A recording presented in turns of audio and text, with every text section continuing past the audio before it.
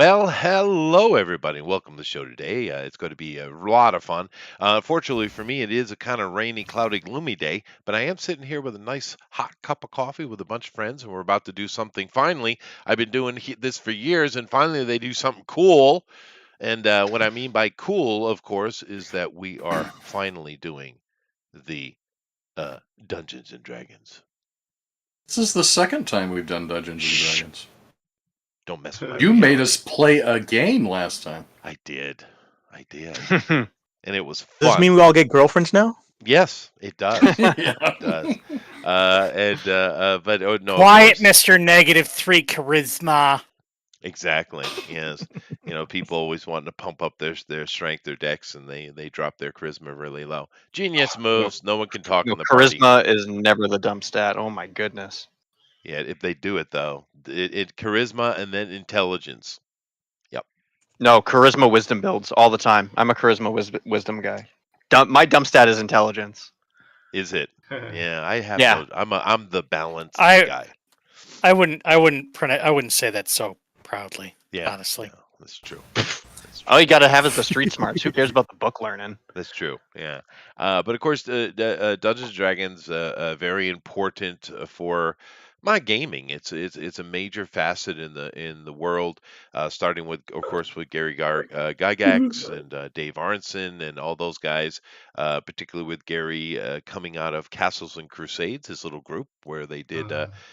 Miniature painting and miniature reenactment on tables, and he wanted to have a rule set system to make it flow a little bit better. And look what he created, and it has gone on to push so many genres of games. It's influenced everything, and of course, his big influence is the man himself, Mr. Tolkien. So, because that's what it is. It's Tolkien in a box, isn't it? Mm. And but D&D has been around for since nearly my entire life. I've been playing since '79, I guess. And it's a major crux of my life. I absolutely adore D&D, and I've been playing it for so long. And we'll get into where D&D is today. But most importantly, it's certainly a generational thing. And that in itself is cool. We even had back when Eric and Jeff and I were young, we had a really cool little TV show. Did you guys watch that? The cartoon, yeah. Yeah. That was great, Yeah, man. Sure did. And it's going on and on and on, and it's actually more popular than ever. A lot of that is from bringing in the kind of woke people into the hobby, which in and of itself is great. But there are some negatives to it too, which we'll get into. Yeah, like Critical Role. They're gonna turn off. Like Critical Role. That's true. But Yeah. but beyond that, and we'll talk about all that today. We really want to just talk about the love of fantasy stuff, because that's what D&D really is. When you talk about that, not TSR or something like that. But my question would be, before we get started, and I go over here and hit the like share button, hopefully you'll do the same, and I'll go around the board. I'll start on the back end though. Johan, what is your favorite fantasy creature?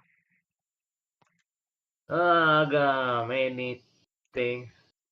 But choose one. Fantasy creature. Elves, maybe? Elves, interesting. The Elfir, very, very nice. How about you, Kimo? What's your favorite fantasy creature? I don't really have one. Well, pick one for the sake of the show. For What do you the call love those, of like, God, owl pick a bear creature. things? What do you call those owl bear things in Oh, D&D? owl bears are. An owl we call bear? them owl bears. They actually do call them that? Okay, well, sometimes they have different names for shit. Fuck off. That's true. But no, the owl bears are super cool. They are super cool. Yeah. That is true. How about you, Mr. Motion? What do you think, Jason? What's your favorite fantasy creature? It has to be the Balrog from Lord of the Rings. To tell you the truth, The Balrogs. Yeah, no, Just that, both Fair. in movie and book. So yeah. yeah. Well, in the Silmarillion, we get a lot more Balrog action, actually. A lot more lore into them. Yeah, that's a good one. That is a good one. How about you, JD? What's your favorite fantasy creature?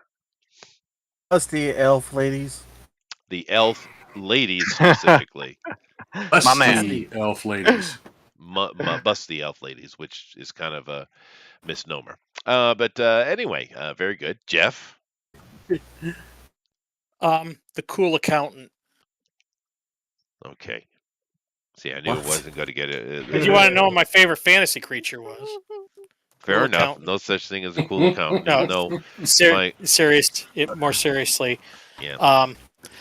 Actually, it was not the second edition, or maybe it was the second edition of Monster Manual, but they came out with the Githyanki, which were a class of creatures that lived in the ethereal.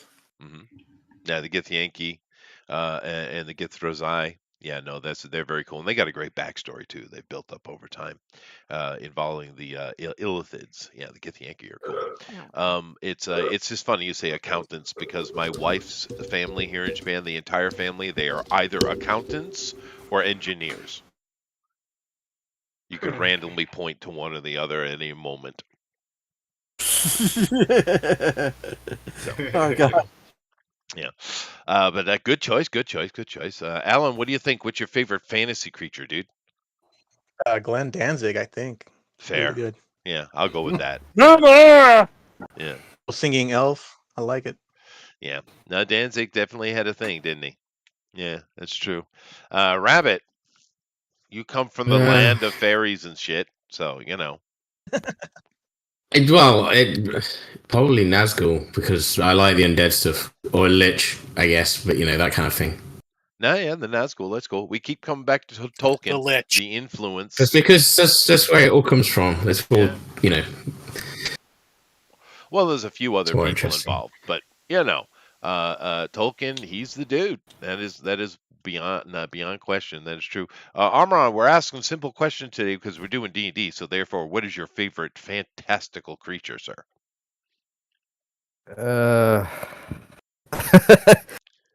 I don't know. Puss. Pick anything Yeah, that lives in that's Australia. Which one has the biggest boobs? Okay, I'm leaving. Bye. Oh, but what? All right, fine. There we go. Eric, sir. I never played D&D. Even I have enough friends to do that. But since I bought my 3D printer, I've been printing the crap out of these miniatures and painting them. So it's got to be a bugbear, right, Chester? Yeah, bugbears are cool. They're I'm they're back. part of the goblinoid. I see you're back. Or a cocaine owlbear. Oh, that would be the Oh, best. I like that reference. That would be the best. Yeah. That is true. How about you, Andrew? What's your favorite fantastical creature, sir? British people. Yeah. Yeah, that would be so cool if Britain was real. No, well, I mean, does the Thundercat count? Because basically, D&D added the shifter, and that's basically playing a Thundercat, and I haven't true. changed my ways since. That's true. Yeah, they did come out with a shifter. Unfortunately, that was introduced with 4th edition, that which Yes. shall not be named. But they brought him back in Eberron for 5th edition. They So. did. They did. So good on them for that. And we will be getting into some of the heights of success and dirty, scummy balls of failure. But never. Hey, we made a long career out of 4th edition when me and my buddies played in college. It was pretty great. Really, no. 4th edition was pretty horrible. But Yeah, I know it was. Yeah. It's just We started in complete- 3.5 though. Well, it's with 3rd edition, of course, is probably the best edition overall. I mean, Yeah, it's the most customizable. it is. But 4th edition is kind of what happened with 4th edition is the same problem that happened here with Anheuser-Busch. Yeah. Math.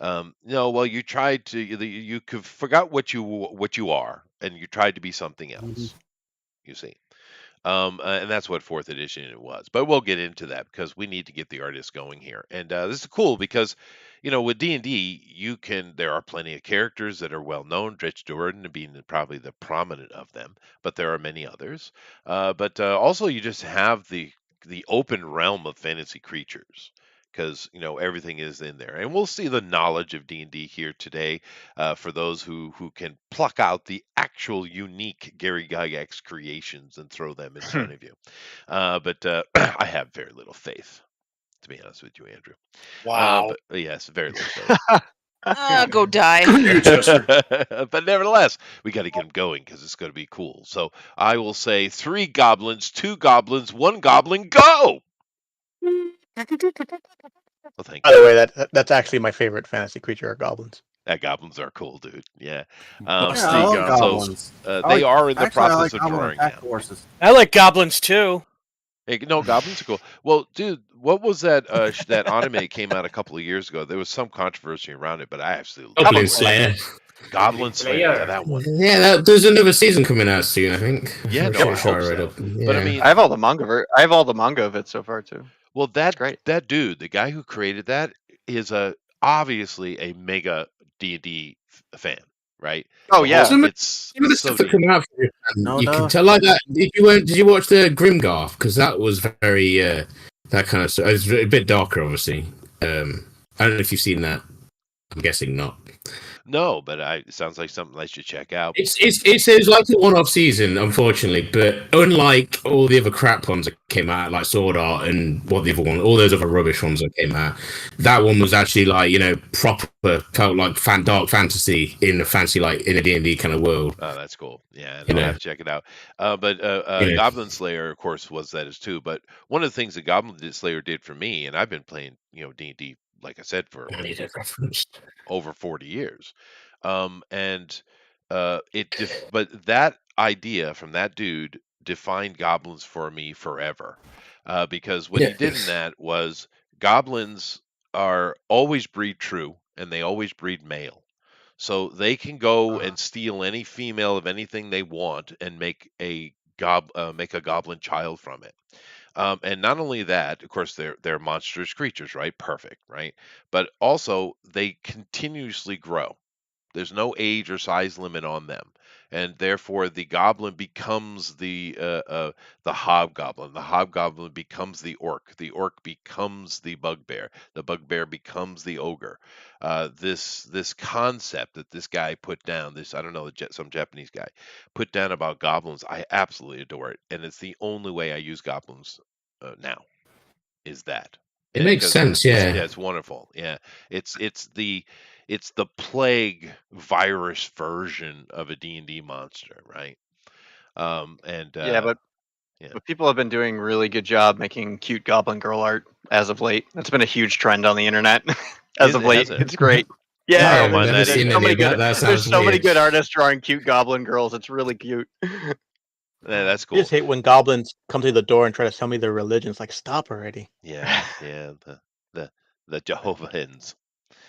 Yeah, they're the only ones that piss me off. I don't know. Are they? I think the Jehovahans. They're the ones with the light tower, or the watchtower, right? That's them, right? Yeah, Yeah. Put a flag in the yard and they won't come by. Oh, really? There's a war. A U.S. flag, against yeah. the A U.S. Jehovahans. flag, and they will All right. not come by. Well, they don't come to my door anymore, but they did, and Well, yeah. years and years, like 20 years ago, they showed up, and they showed up a few times because they heard a foreigner was in town, right? And but and I was at first I was nice, and I was just not interested, yada yada. But then they started showing up at the door with kids. Dude, pissed me off, man. You can do whatever you want with your religion. I think religion has value. I actually believe that, right? But you should not try to sell anything to me with a child next to you.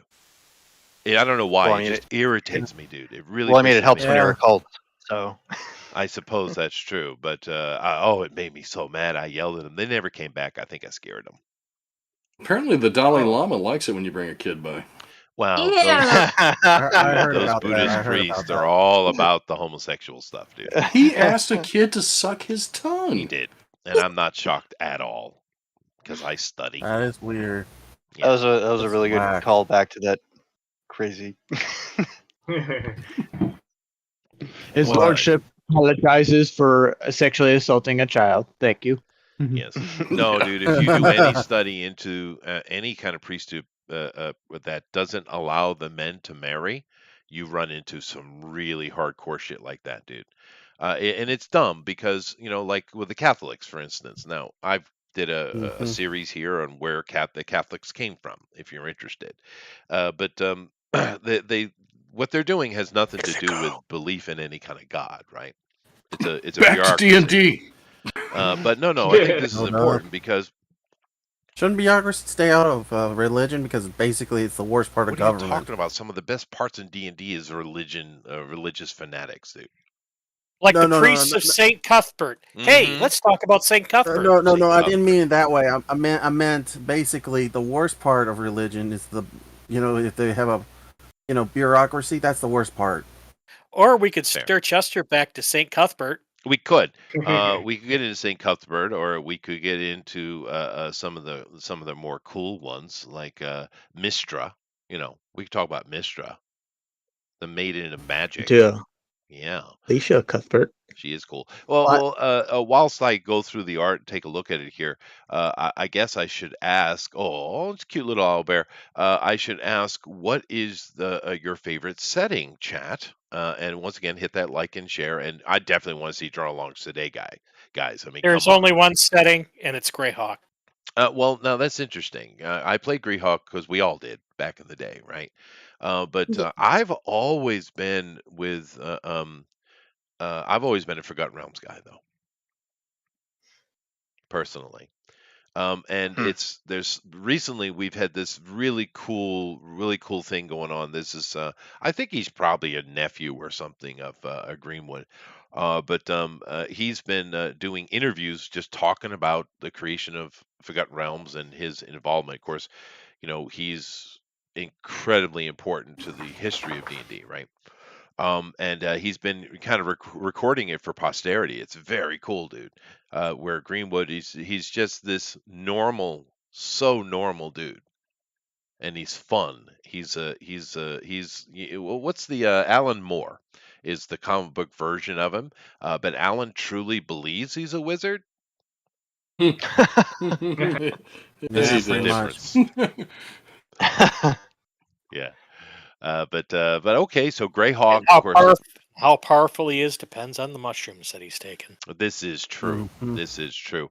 How about you, Rosa? What's your favorite? I don't know if you ever played D&D. Yes, I played D&D since 1978. Well, there you go. Same as me. What's your favorite setting? Geez, honestly, I actually loved homebrewing my own stuff. So when it came down to it, true. Yeah. My favorite settings actually always were what they call it, the tabletop of the imagination, and I enjoyed that a lot more in that theater of the imagined. And so we would have a DM that I just loved him. He was great, and he would come up with his own worlds. And so we did that. We did do some packaged. We did that notoriously. Actually, some of the ones I believe was the Adventures of the Orient was one that we had. One that was actually called Al Qaeda. Was a one that was based in the Mideast, and that long before anybody ever heard of Al Qaeda, which was kind of weird. And I don't know if anybody remembers that but me, but I loved it and actually DM'd for that one. And I loved that those settings of the real world settings with the ancient mythoses pulled out. I thought that was great with gods and demigods when that came through. And I really enjoyed that. But I've always been a big fan of the homebrew. I think that anybody who does D&D does it, I think now more than ever doing it, that does it better. In fact, when you guys did yours, that I loved with Bill and Argos and all them, was just that fact that y'all sort of came up with it on your own, even though there was a module with it. All of the stuff you built was yours. So I'm yeah. No, most of the stuff I do has always been homebrew. That's true. But there are a lot of settings, and I know people do like them. Al Qaeda. It's not surprising that someone will come out with that because it simply means the servants of God, right? So it's not a strange leap for someone to try to create a fantasy setting with the servants of God in a Middle Eastern setting, I thought it was foundation, a base, Al Qaeda. Yes. Yeah. I think it was 80 or something when they came out with it, so it was way back in the day. Long time ago, huh? Yeah. Well, how Johan, have you ever played D&D?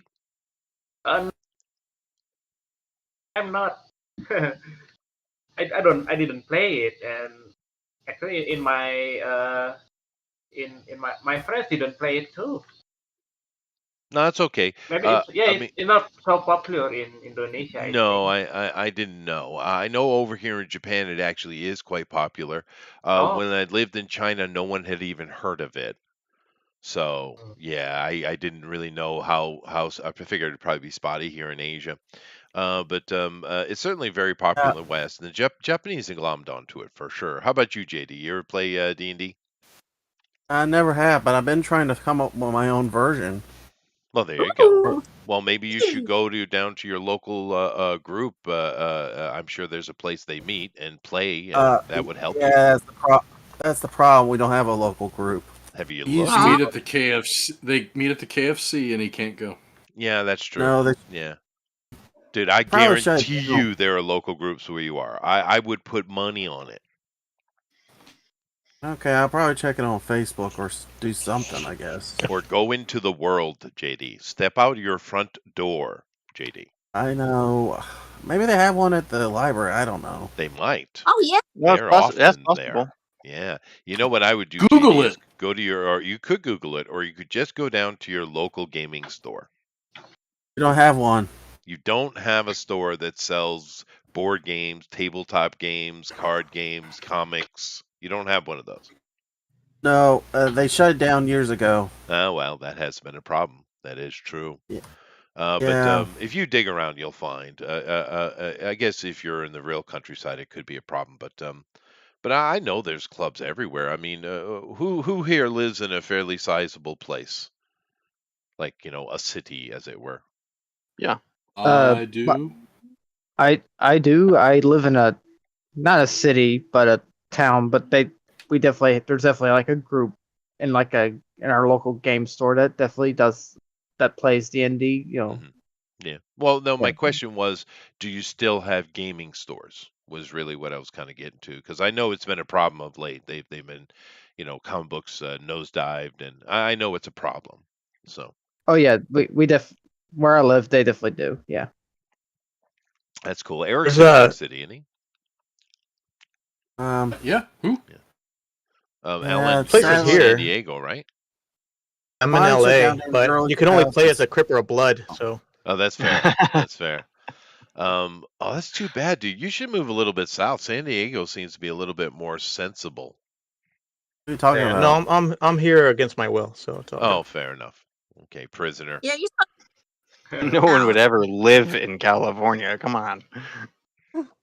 Dude, Yeah, that's one one of the chooses saddest to live things, here. the West Coast, man. It used to be beautiful. I mean, I think the saddest for me is Portland.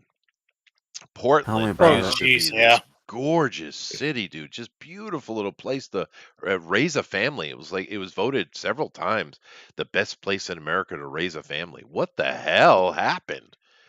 I mean, You those left words the are in country. my lifetime. You left the United States, and that's when And it the all liberals went. took No. over. I took my magic with me. Fair enough. That's right. But dude, it's shocking how bad the West Coast has gotten. It's like, how could you allow it to fall that far? I mean, because there must be normal people in amongst them that, why aren't they Yeah, standing there out, is. man? Oh, they It's are. probably because they're sorry. I think they're afraid of being caught by the police. Okay, Yes. whoever's speaking, I'm sorry. No, you're right. They're actually just- people. They're afraid It's of just being Chester attacked. speaking. Interrupt it's him Chester. anytime. Go on, Chester. Talk. I didn't say anything. I'm Go ahead, listening. Rosa. Go ahead, Rosa. No, I really do think it's people are afraid of being pressured. Groups that are very, very adamant on things, and if you try to oppose them, they will try to crush you. People have been visited by members of Antifa and others who come in. If you try to push back, they're going to shut you down. It's basically run as if it's a private army. And that makes it very difficult for a lot of people. And there's other places where it's not as bad. The West Coast, certainly, Portland has its Rose City Antifa and some others that have been very, very active in pushing back against citizens groups. And so we've heard of that a lot recently. Now, I'm not sure about LA and the other parts. I just know that on the West Coast, Northern West Coast, that it's been pretty active there. Well, they should play more D&D. They'd be happier. I'm sure they play a lot of D&D. It's all that Critical Role Hanks told us D&D. not to play D&D. Who told Yeah. us? Hanks. Why? Oh yes, no, he did. You're right, because he was a victim. Yeah, What? yeah. Oh, No, this is a What? TV made for TV movie. You're too young. It's okay. What was it Oh. called? Like, It Mazes was- and Monsters, I think. yeah, that's yeah, it. that's right. Yeah. love that stuff. Yeah, that was during the Satanic Panic, with all those ladies like Al Gore's wife there that were trying to purify America from all Well, of it those was evil. it was more than that. There was Always the Democrats. there was a kid. It There is. was a rash of kids that were having issues, and I think a couple of them committed suicide. Yeah, And that's the problem. so, Yeah, that's how it but starts. It had nothing to do with D&D. well, they were big D&D players. Yeah, fair. Yeah, but D&D also encourage, like, all the nerd culture stuff always brings in the people who have all the mental illnesses and stuff. So Yeah, It's I mean, true, it's they're it's, looking it's an for escape. something to It join, was yeah. it was an escape from it was escape from the rigors of reality Whoa. and of school life, and as opposed to parents teaching their kids to cope. how to cope with it. Mhm. They just kind of like let them do whatever, and the kids would withdraw into them. So I mean, I was kind of one of them. So Tell me about it. but I mean, I was able to take all that angst and churn out 2 lousy freaking books. Turned out great. Yeah. Okay, I'm depressed now. Oh, I'm sorry. Yeah. But yeah, I don't know. You just need to, take their head and smash it into the locker 3 or 10 times, and you'll solve the situation. I kind of think that was what was going. That's right. A little bit of bullying anyway. goes a long way. It does, dude. Tell me about Bully it. the bully. That's my rule. But anyway, so that's kind of what happened. I mean, I was a big freaking D&D kid, and my I mom love and that. dad would always. And when my grades were crappy, my mom and dad would always take it away, but they were always at work, so I'd go in and I'd take my books back out, not do my homework, and read through D&D and all the modules and all that other stuff, and then put it right Cycle back. And continues. either they didn't know or they were too tired to actually yell at me about it. Well, my parents Probably- didn't like it because of all that stuff. Where that did was you going learn on. this? I learned it from you, Dad. Okay. Yeah, exactly. Yeah. But my grandmother is the one who bought me my first D&D book. Oh, Really? that's a good. Oh, Yeah, man. yeah. And I remember is the blue Advanced Dungeons and Dragons blue book with the wizard on the front. Yep, I had that one too. Yeah, I was so happy to get it because I was playing with the other kids in the neighborhood, right? I just didn't have my own stuff. My parents refused to. Well, let me rephrase that. My mother refused to buy anything for me, but then again, she never bought anything for me anyway. I mean, all my clothes, even my frickin' socks were frickin' hand-me-downs, dude. My God. Yeah, no, it sucked. But I- whatever. You become self-reliant, JD. Yeah. I know. But Grandma bought me my first book, and I cherish that thing, dude. Not surprised there. Always good old grandma. Yeah, no. Your Satan book. Here's your Satan book. Yeah, no, and my grandmother is of course, the Protestant Reformation happened in Europe, but where did they end up? America. I mean, that's where they escaped to. And That's right. my my mother's family, they're hard-nosed Northern Baptist, dude. I mean, geez. Oh yeah, Uh, those are hard nosed. They are. But she was an old lady that had tons of kids, and she just kind of got reality. And the kid likes this. It's reading. Give him a damn book. She was like, Yeah. You gotta learn how to. You're fighting demons. It's all in the Bible. You go for it. That's right. That's You are right. fighting demons. That's why you play Doom. That's You're right. killing demons. Yeah, Game's about Argue killing was demons. mod that. Yeah, you're killing demons. There's nothing wrong. Yeah. Yeah, that came out like right at the tail of my college years, though. So I kind of missed it. Yeah, but we did have that trouble in the '80s, but it survived, and not only did it survive, it thrived because one of the things Gygax had done well was take a page out of Stan Lee's book. and promote the shit out of it constantly.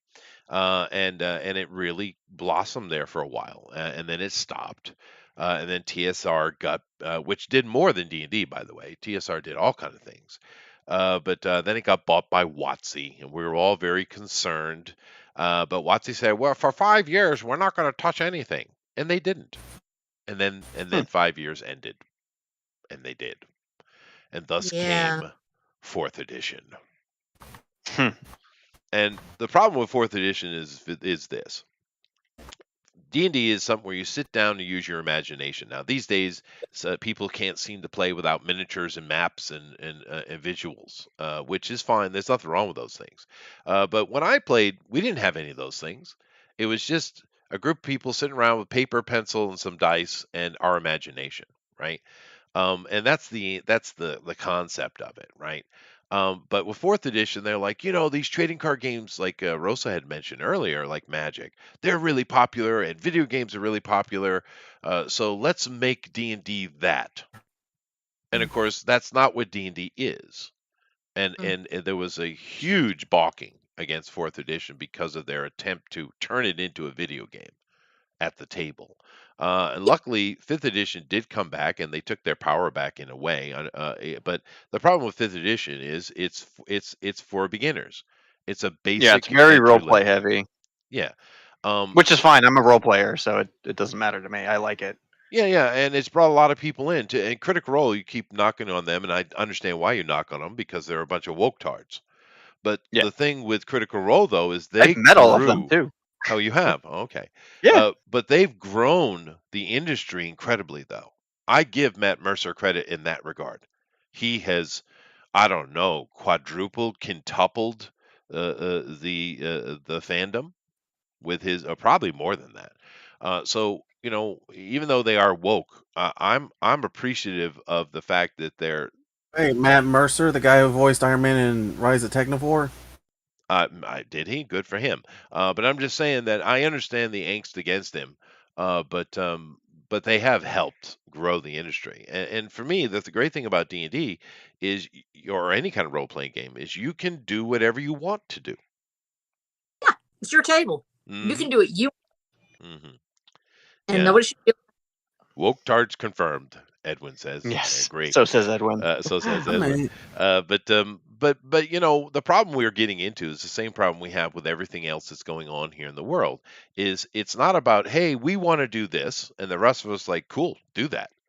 It's not. That's not the situation. The situation is you will do what we tell you to do. Yeah, we want to do this, and so will you. Yes. Or and this is the problem. And they're so blind in their new religion of wokeness that they can't even see the landmines that they constantly step upon. And D&D had a doozy recently, right? Yeah, the there's no more half breeds because it's inherently racist. So what? Half orcs, half elves. You can't have Yeah. half elves or half orcs anymore. How many half people no more are half sitting in here ogres. right now? How many half Lot. people are sitting in here right now? Raise your hand. right now. Yeah. But half. I know I will get yelled at, but I am half Irish and half Norwegian.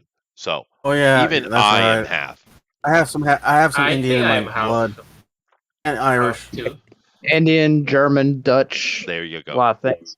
Yeah, so and Yeah, everyone it's way more than half for me. right, but everybody on the planet for the most part can say that, right? There's not a lot of pure bloods, right? And they're super rare, right? And someone like me, where I'm basically Celtic, is kind of as close as you go to get to it, really, right? And I'm not. So they're saying that most humans on Earth are inherently racist. It's the most Nazi thing I've heard. Has it been 15 minutes? It has. It's so fascist. But yet they go with it because they're so blinded by their stupid little new religion, right? That is true. Well, So, it's literal. St. Cuthbert. Yes. Go ahead.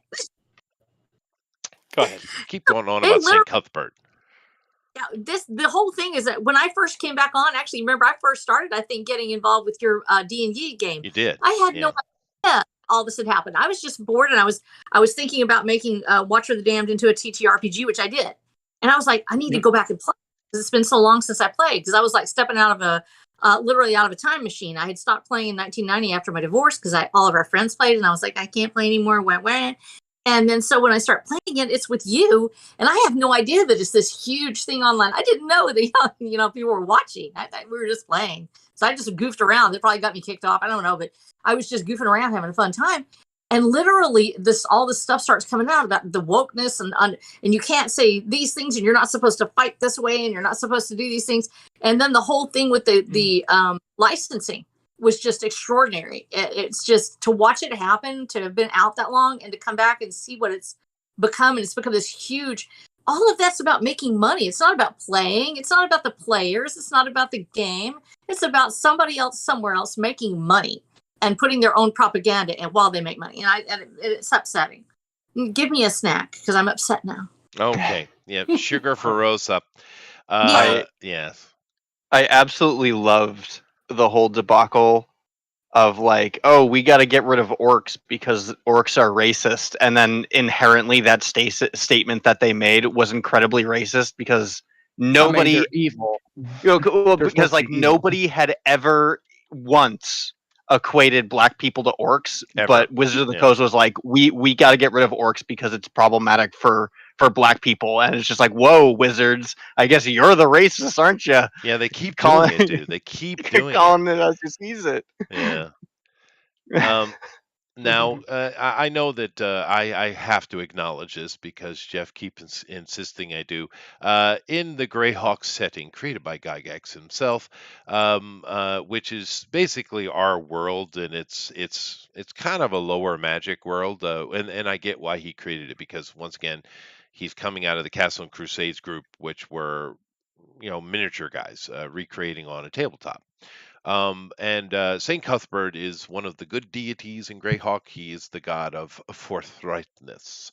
However, I will once again prove that Forgotten Realms is superior to Greyhawk in taking your Saint Cuthbert, Jeff, and offering you a Kelemvor, sir. Still lies. Nerd talk. Nerd talk. But actually, the thing is I actually kind of like. I mean, that's one of the reasons why I like Lord of the Rings was because of the low magic, aspect of it. Yeah. And I think when you start adding way too many fantastic elements, or you make magic like the sort of like the easy button, you sort of take away from some of the problem solving that you have to do. It's my opinion. No, I get it, and in order to make it work, you needed a DM who is really good at world building. Yep. In order to have a high magic world, you need a really good DM. Whereas a low magic world, anybody could take a shot at the seat, right? And that's great. That's a good thing. That's not a bad thing. And then the other thing is that it allowed like epic characters to remain epic. So like the what is it, the Tomb of Horrors, where I forget the name of the Lich, and like the Vecna and all that. Those kinds of characters, that sort of power was like virtually unobtainable in the old system, and it's kind of kept the mythology of all of the various different actors and outside of the realm of the player character. So there was nothing. So there was always something bigger than the player character. Yeah, no, I get you. I get what you're saying. And keep in mind, Tomb of Horrors also was brought back in the Tales from the Yawning Portal. They came out with a few years back, which was a nice little thing if you like modules. But that is a really good one. I think the wizard's name was Asarak, maybe? Yeah, I think that's what it was. Yeah. And then the other thing is that if you go back through those old modules and you don't look at them as actual components of the game, but if you look at the lore and the storytelling in there, Gygax was a very good storyteller. Yeah, he was. And he wove a lot of elements together and gave, and he was able to do like politics and Mhm. personalities and kind of weave all those things together into something that was, not only was it like a sort of an intriguing experience, but it kind of incorporated a lot of nuance, I thought, into the story that the players were having to participate in. No, Greyhawk was great. And I'm happy that Gygax put it together. I just prefer, there's so many different campaign settings. But one of the things we talk about great storytellers. I can never remember the two guys' name. I don't know why I forget their name all the time. But the two guys who Basic D&D was turned over to, because Arnson and Greenwood and all those guys are really focusing on AD&D, right? And but those two guys they turned Basic D&D over to, and they created their world of Mystara, right? Those guys were great storytellers. I can never remember their name. Orville and Redenbacher. Maybe. Oh, that's that them. could be it. Yeah, that could be it. That's great. Yeah. But great storytelling is the point, right? We're sitting there trying to have fun telling stories. And of course, on this channel, on Tuesdays, I think it's Tuesdays, isn't it? Yeah, it's Tuesdays. We have our Bugbear Basement, where I run campaigns. Currently, we're running the Cortex Prime system, which is from Margaret Weiss, the legend Margaret Weiss, the creators, of course. She's the creator of Dragonlance. And she had her own little system there that it's evolved a little bit beyond her, but we're using that and we're having fun in our own little world that we created, and that's fun too. But you up with it too. I actually love when it breaks down and everybody starts arguing about rules. It's just funny. I love it. I sit there and watch, like, what's gonna happen next?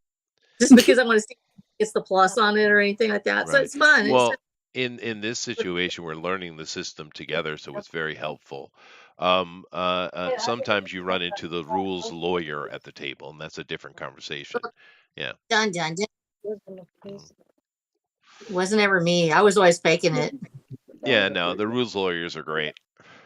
I have a perfect solve as a DM when I was doing RPGA. When I had the rules lawyer at the table, Jeff, I just said, no, not in this game, and it continued.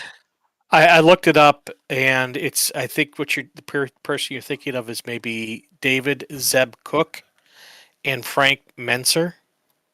Maybe those are the Mystara guys, right?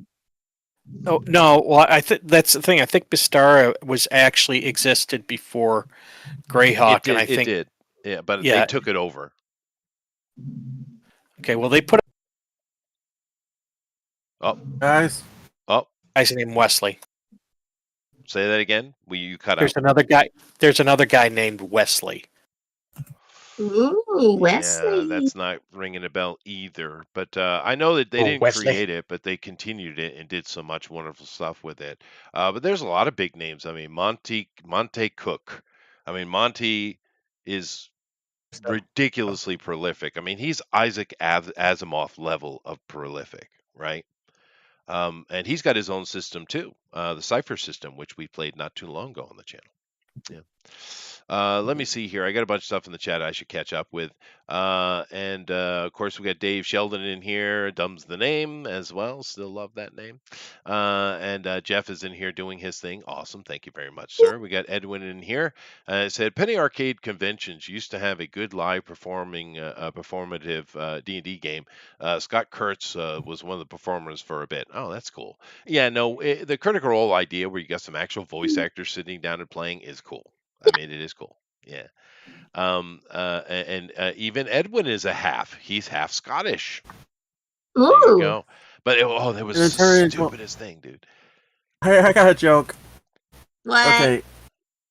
It is all good until someone. You know what? I'll say it outright. Well, at least I made a lot of money off that. Off that campaign they did. Tell us the joke first, JD. Oh, okay. The joke is basically they made a lot of money and then and Hasbro got nothing of it. Oh, you talk about That's the Critical joke. Role. That's the joke. Yeah. Well, that was the deal.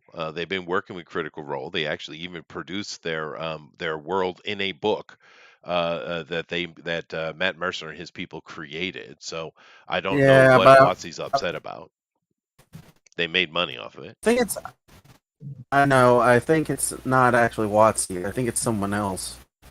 I think it's Hasbro The themselves. devil? Yep, it is. I sure What's his it is name? the devil. The devil? The devil? D&D's the devil, Bobby Boucher. Great reference, dude. Okay, I looked up Mystara, Ah, and Fantasy World was developed by Lawrence Schick and Tom Moldvay. thank you. There you go. Thank you. Mulvaney? Yeah, I just never remember their names, but those guys are great storytellers. Mystara is a high fantasy, high magic fantasy setting, and they did a really good job with it.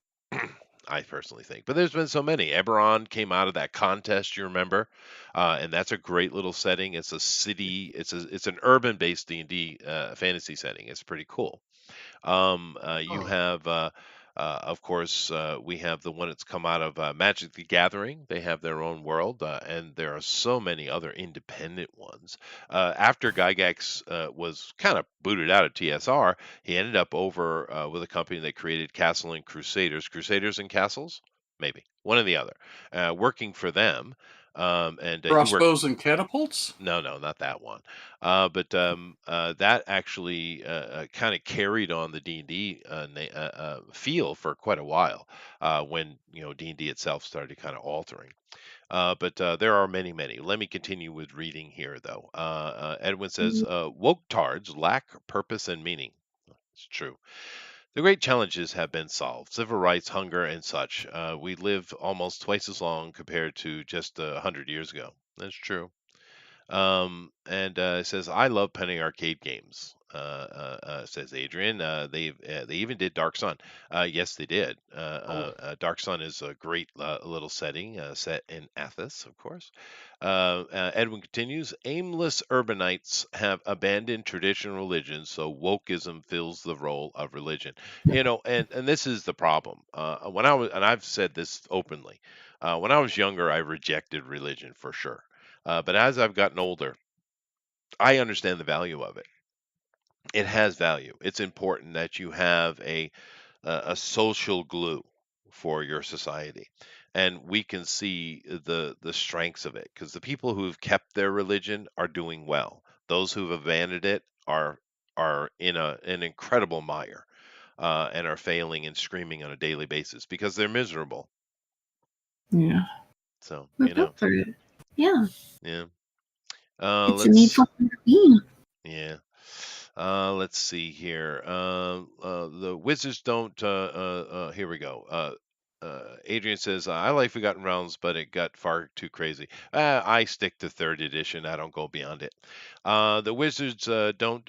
This is Edwin. The Wizards don't do magic. They are more magic or essentially angels. Well, in Tolkien's, yeah.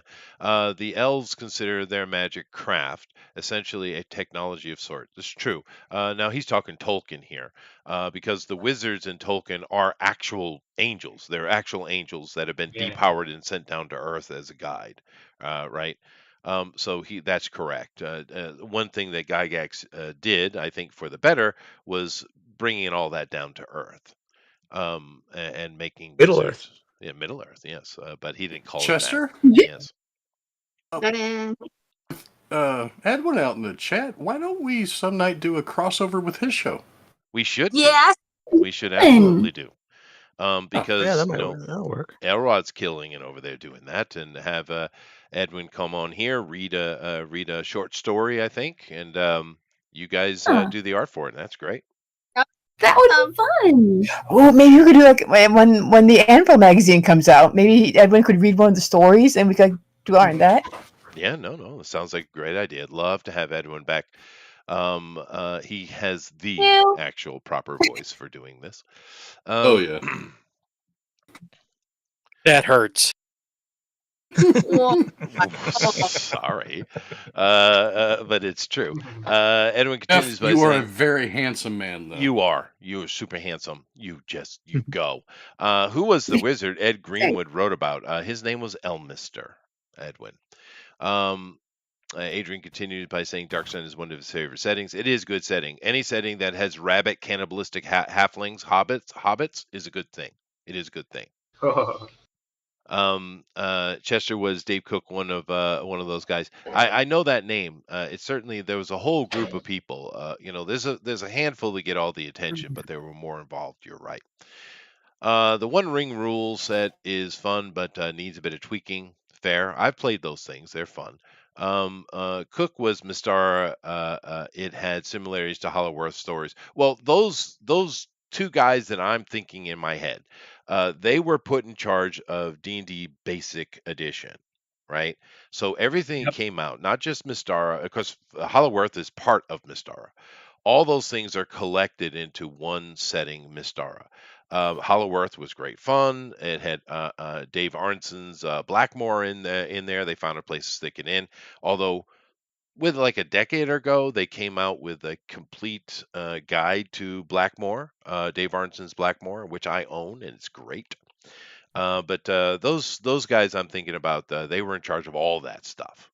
And there was some wonderful things that came out of it. And I always thought it was weird because Basic D&D was running right alongside AD&D, Advanced Dungeons and Dragons, and it worked for so long.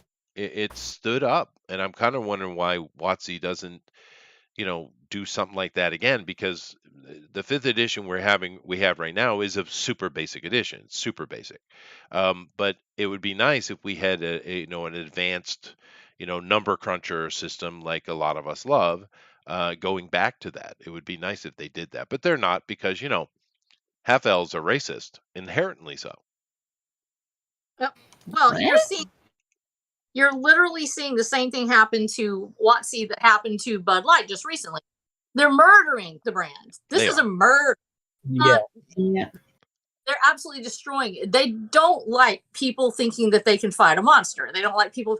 That whole culture. When you hear the vice president of Bud Light say that the people who drank it themselves were problematic, that they were fratty and were out of touch. And the same thing has happened. The people who run WotC hate players of D&D. I've heard it over and over. They're keeping women out. I played in 1978. I was surrounded by guys. Nobody ever told me I couldn't play. If they played a game I didn't like, I didn't boo-hoo about it and tell them to change the game. Well, I'd kill. Rosa, if they tried to tell you not to play, you'd probably beat them up. That's true. Although I do love the Asian influence kimono today. You get plus 10 points for you, sir. Yes. It's very nice. I like it. And the flower it just sets it off. So that's what I would dress like every day. Pretty much. I was already wearing. I'm like, okay, well, my camera's working. I'll use it today. Just appreciating you, Rosa. That's all. Hey, thank you. But yeah, I do believe they're intentionally murdering the brand. They don't want people to learn how to fight their own demons. They want to have somebody tell them what to do. And it's destroying a culture and a brand, and to create a monster to put in there for its own. The greatest monster in all the world is the corporations that are taking over culture. Oh yeah, we should drop. Yeah, it's almost like they want control. Yeah. They want, almost like they're really, really evil. Almost like they are demonic. Yes. They are. And on world domination and control of dragons. That's true. Well, they already kind of have dragons. We have a killer bunny from Gamma World here from Amy. Woot woot indeed.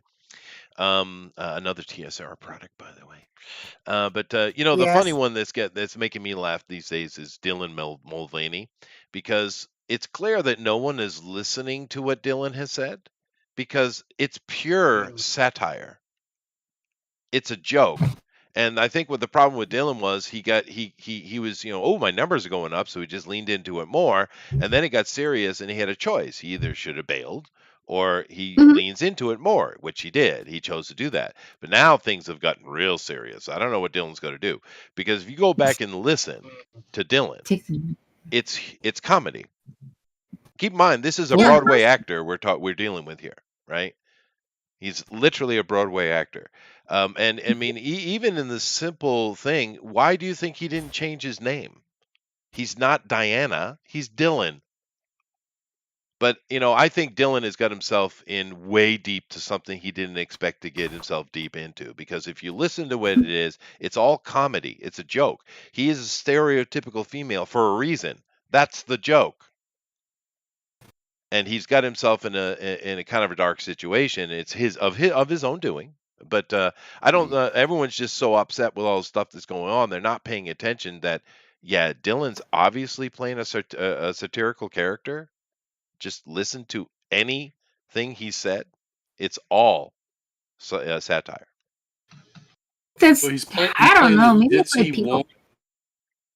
Is he woke? That's an interesting question. Well, I mean, he might not even Well- be, because a lot of his joke is bashing on women and bashing on those things. I just think he got in too deep and he had to make a decision, either bail or move on, and he chose to move on, which I think was a mistake, because it's going to come back to hurt him in the long run. He's making bank now, but I don't Well, know. see, he's also getting a bunch of free stuff He and is. lots of publicity. So why would you say, "Hey, I was just joking"? You Yeah, would but he is, lean though. into it. Have you listened to anything he said? No, I 100% agree with you. I think it's one big gag, It is. but Yeah. everybody's Really help taking it corporations. seriously. Oh, yeah, and they are. Oof. Yeah, well, it was a big gag until he got on and threatened women who didn't support him for being the Tampax spokesman. yeah, Right. And when yeah. you look at it was satire on his end at first, It and then certainly the was. government decided to be a better representative for women than women were, and then departments and goods decided he was a better representative of women's sports than women are. And you literally have women who wear these products who actually wear them for a reason. And ladies know what I'm talking about. You have a sports bra for a reason. It has to fit a certain way. It has to feel a certain way. Otherwise, you can get hurt playing sports. You literally have a man telling you how great it is. And they have this man on there telling them that he's a better woman than you are. When he came on his channel and told women that they were wrong if they didn't like him being there, because they could step down out of the way because he was here to stay. Right. And that No, whatever they I want to call it. understand that. He made a choice. He did. He bought. Yeah. That is what's going to hurt. He this- bought into this his own most. bullshit. Yeah, you're right. Yeah. Yeah. That's true. That's what hurt. Yeah, but He has to fully commit and crash a car. yeah, no, yeah. Well, we'll see. That would make a statement, wouldn't it? He won't do it though. But here's the thing, though. It just kind of proves the old adage: if you want it done right, get a man to do it. Wow. Not really. And Well, you that's know, what why these. do you sink a lot of companies? Chester's personal opinions are not representative of the show. Yeah, well, but I All mean, they're artists. That's what these woke tards believe. That's what they believe. But he's Clear. not a woman. But no, you're wrong. I I don't mean, think they that's what see they're it. telling you, though. They're telling you that a man does women's better. That's what they're telling you. It's just like this nonsense of half races are inherently racist. They're idiots. They're pure morons. Remember what they duh. said? Future is women. That's what they said. Yeah. Yeah. Make They- some- well, We're not going anywhere no matter what they try to do. Well, no, I know that, but the point I'm trying to make is that I they agree with hate Chester on women, this part. Mm-hmm. right? Very Just like the misogynist. woke tards are, the poor little black savage creature. We have to help it because it's inept and can't do anything itself. Do you get more Yeah. racist than that? I don't think so. Yeah, that's true. In You a get more way, I Nazis think than that it just doesn't like humans. Yeah, I think they just don't Maybe. like humans. I agree. Yeah. That's probably true because they hate We themselves. don't like that's women it. in any form. So therefore, we need to have a D&D game where we have to battle the Karens. Boy, it's gonna be an epic battle. It's gonna be tough. Battle of Karens. Yes, We we'll got have to ourselves- give them extra god level powers. This could be But make possibly them the most earn it. Make them earn it. Oh no, I'm gonna cheat it because that's how you do that, JD. You cheat. Yeah, Wizard did it. Mm-hmm. Yeah. Cheat. And Kima's cheating because this owlbear is freaking epic. See, that's the thing. When this is Oh done, man, she's throwing an owlbear. Oh, she shit. is, dude. And when this thing when she's done with this, you could put this on as a cover. Absolutely. Yeah, it's unbelievable. It's true. I'm Yeah. not drawing an owl bear. Yes, you are. You're not? No, I'm not. No. Yeah. It Oh, looks I'm, oh, I'm sorry. Did I give Kima credit for Eric's awesomeness again? I did. Wow, you were on Eric's page, and I know. I thought it was so Oops. good. I assumed it was Kima. I just assumed. Oops. Oh, Wow. Dang. Oh, man, that's going to leave a mark. Dang, dog. Here's something that happened to me on Twitter when I was promoting my, crowdfunding campaign that launches next Friday at 11 a.m. Central Standard Time. I posted a image and said, good art, and there's going to be a great story and all this coming up. And one of the artists that used to be on here a long time ago said, "You've gotten so much better." And one of her buddies, who used to be our co-host, said, "Why are you being nice to Eric?" Then she replied again, "Because it's not, his art isn't terrible anymore." Wow. Wow. I started a trend. It's my fault. I was like, thank you. Jeez. Well, I mean, to be honest, completely honest, Eric, all jokes aside, you have improved incredibly. You really have. Yeah. I mean, this is epic. This thing he's doing right here, take a look at it. It's freaking Oh, I epic. wait till the end. Don't I make know. me. And the thing is, look at that. That is awesome, dude. And we keep seeing you come out with epic things. Where when it first started, everything was good, but we didn't get epic stuff. But now, But it wasn't terrible, was it? No, it wasn't terrible. Of course, it wasn't terrible. But for the past couple of years, you have just been banging, man. dude. So in a way, I kind of get that. I get what they're saying in a way. You've improved. It's not the same as, say, with Adrian, who has improved as well. But it's a completely different level of conversation, right? But you really have. And this thing is epic. And I'm sorry I didn't look at the name because I wasn't being sarcastic. I literally thought it was Kima because it's that level of detail. I didn't look. It's really good. knows. She Thank you. I appreciate that. Honey's doing a ball bear too. I read it that time. That was a remarkable feat of backpedaling. Thank you. I am if I've ever heard it. I mean, I am can a hear the professional. gears spinning. Yeah, it's all like the you way know. up. Was got to fill in that hole. That Dude, deep, I deep am hole. a professional. God damn it. Chester was an Armstrong for a second. Yeah. But dude, it is really good, and I joke with him a lot, but he is a really good artist. Yeah. Chester and I bust each other's balls, but that's what we did in the '80s. That's the way we It's treated true. each other, and It's that's true. kind of the way we are with each other. It's not like we don't like each other; it's just the way we were. Well, you remember when we were in school, we played the compass game, where you take the compass, you use a math class, and if you weren't paying attention, one of your friends would run by you and poke you in the skin with it. Yeah. Yeah, that was fun. Or The '80s were great. They were. We abused each other so harshly, dude. Like if you we'd sit around and we I apologize for those who are against it, but we where I come from, New England, we're much more preferable to smoking the marijuanas in a pipe and not in a spleef. And we'd pass the pipe around. If you weren't paying attention, someone would take their lighter and whiz you in the balls with it. Yeah, the '80s.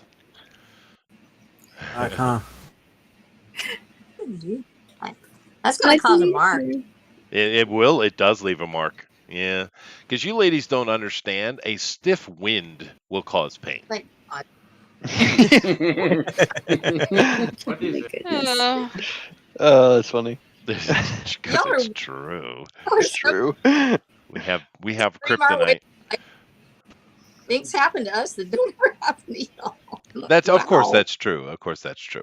But it's a constant thing. Every time you sit down, you always have to make sure you pull your balls forward so you don't sit on them. Good God, when you sit on them, it's days of It pain. sucks, dude.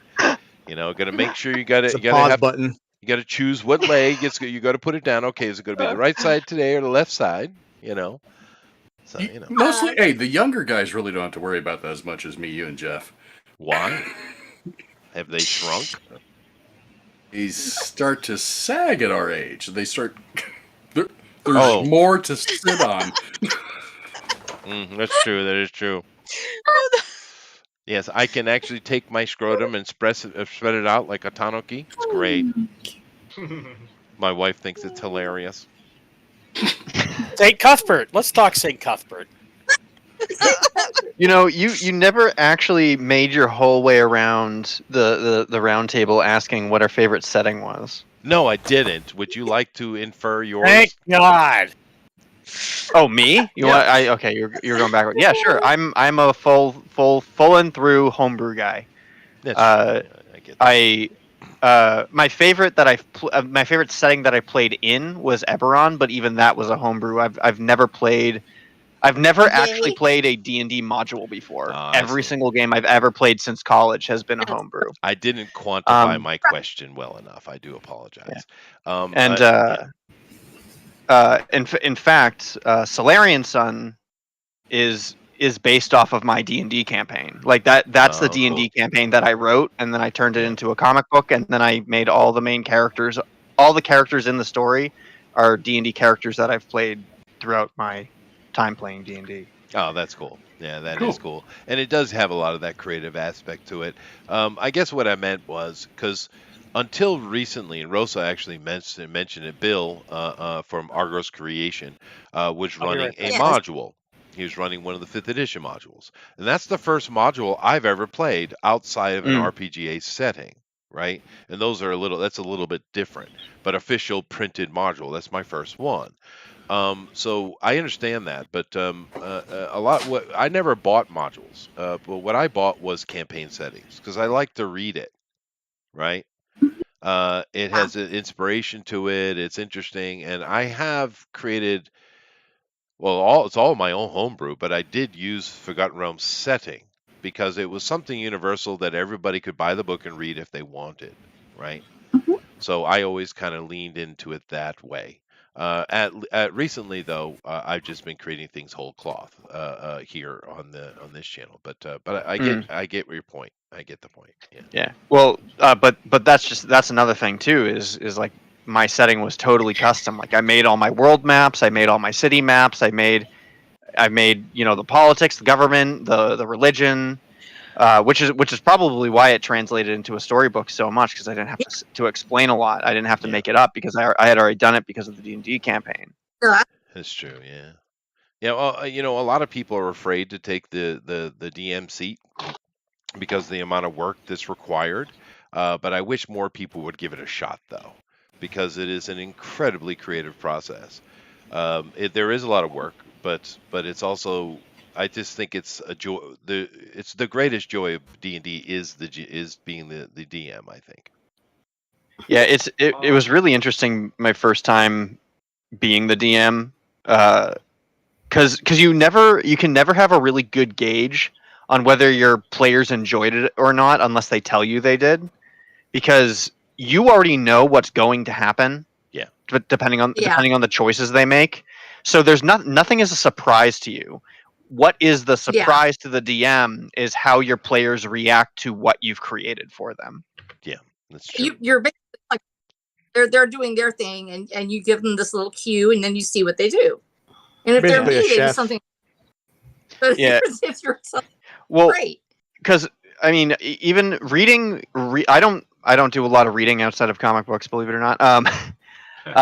But even reading the Dungeon Master's manual for 5th edition was just fun, and it was amazing how encouraging it was too. Because one of the best lines that I read out of the manual for D&D was, "Your job as the DM is to make sure all your players feel like heroes." Yep. You never forget. Like that's one of the things you never forget is that your job is to make your players feel like the heroes. Yeah. Make sure they have fun. It's true. Well, I mean, and a lot of times you run into DMs who don't get that. They want to win. Oh my gosh, it's awful. It's awful. It's not your job. You're not there to win, That's not your job. But a lot of guys, they, especially the rules lawyers types, they want to win. They want to kill the characters, and it's like that's the last thing you want to do, unless it's Yeah. appropriate. Why? Sometimes that's Like awesome.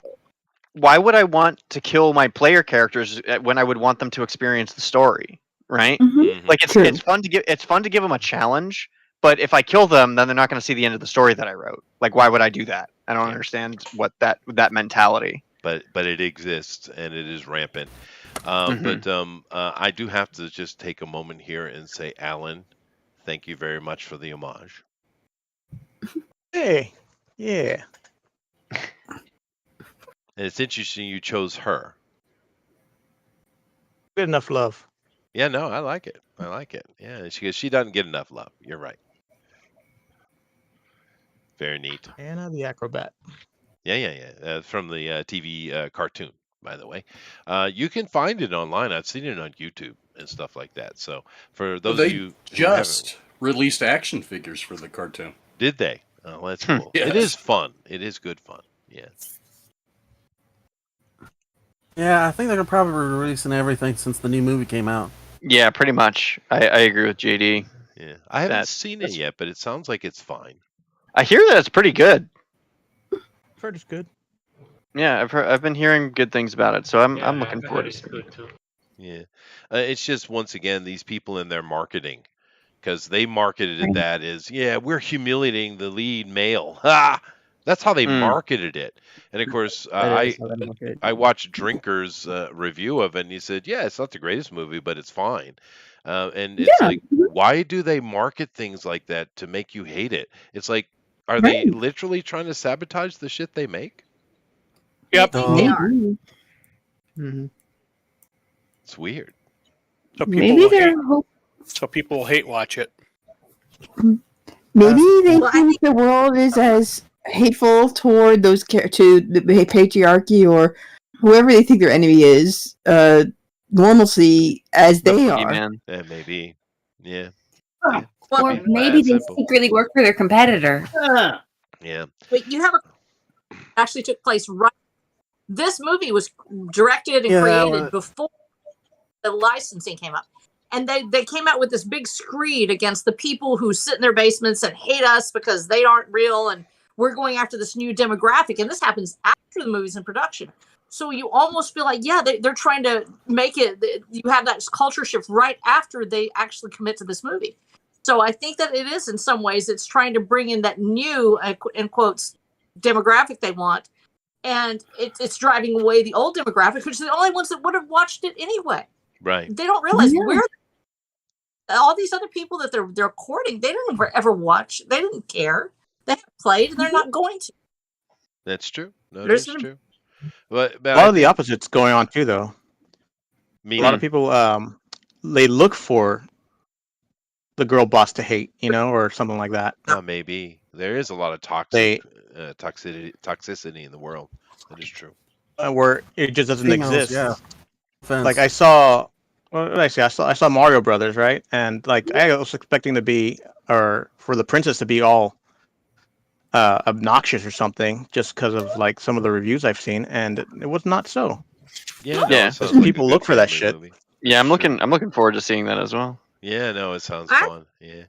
But I think there's also another aspect going on, and I guess I'd be the juxtaposition of it. But one of the things my family, particularly my son, keeps reminding me of is, he'll tell me, he says, yeah, but you're not normal, right?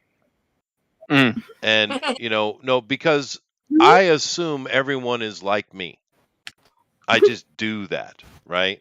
And Common he's sense. like, yeah, no, but that's not true. You're not normal.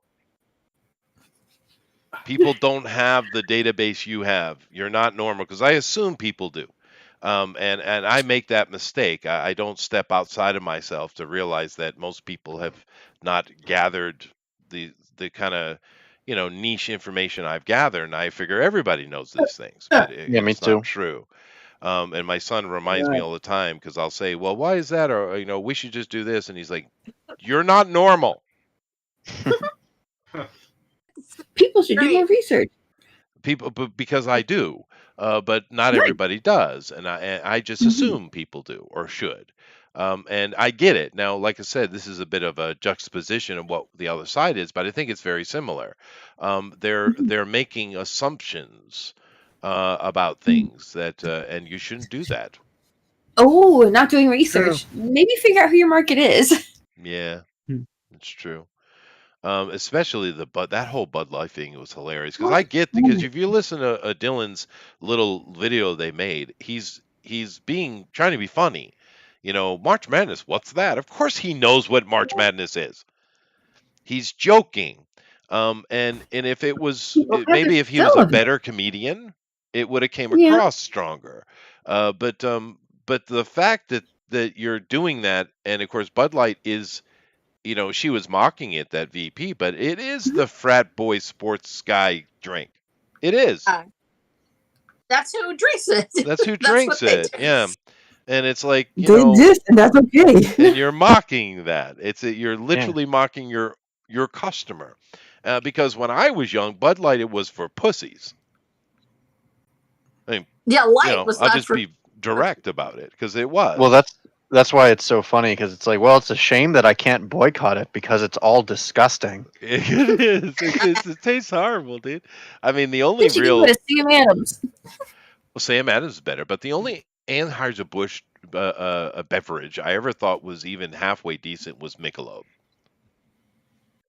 And I'll drink a Michelob. But, give me a Michelob's good, Guinness or Sam Adams any day over that crap. But Bud Light was definitely the jock, a co-ed soft boy drink when I was young. Bush. It's different when you live in St. Louis, and that's pretty much all they have. Oh well, fair, but I mean that's how we looked at it. It's the frat boy, and that had a different meaning when I was young, I guess, than it does now. But we used to drink Bush because it was cheap.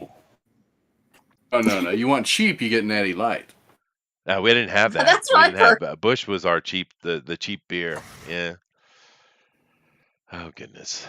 Keep right the perfection case. Bush also did 9/11. Okay. Alrighty.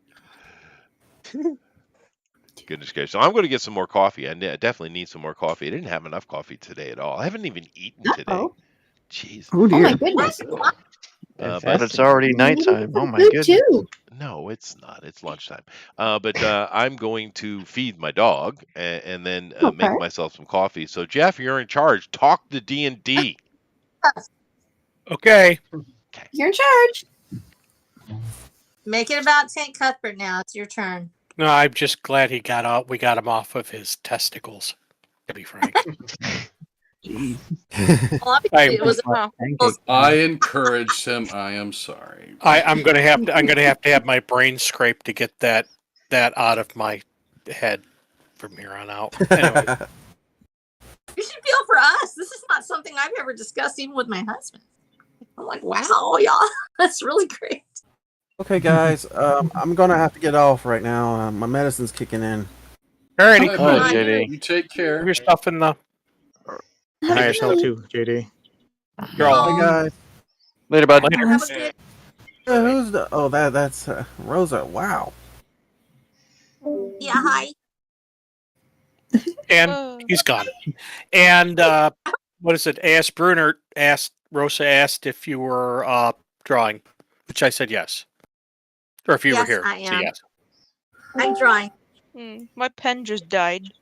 Oh, no. No! Man, that's horrible. You use a pencil? Fix it. On a tablet screen? It might Yeah, work. you have to. Wax I pencil. used whiteout once. Mistake. Mouse.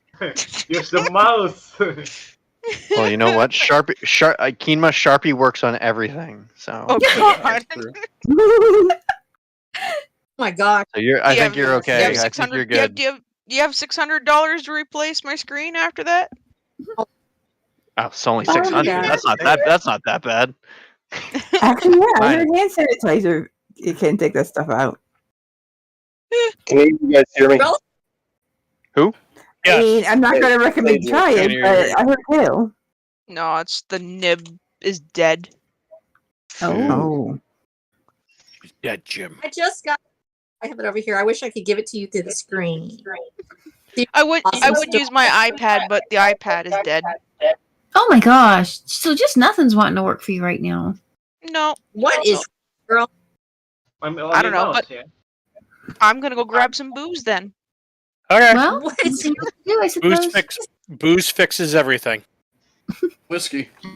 Try dipping the pen in it. Maybe it'll turn it around. There you go. Just make it really wake it up.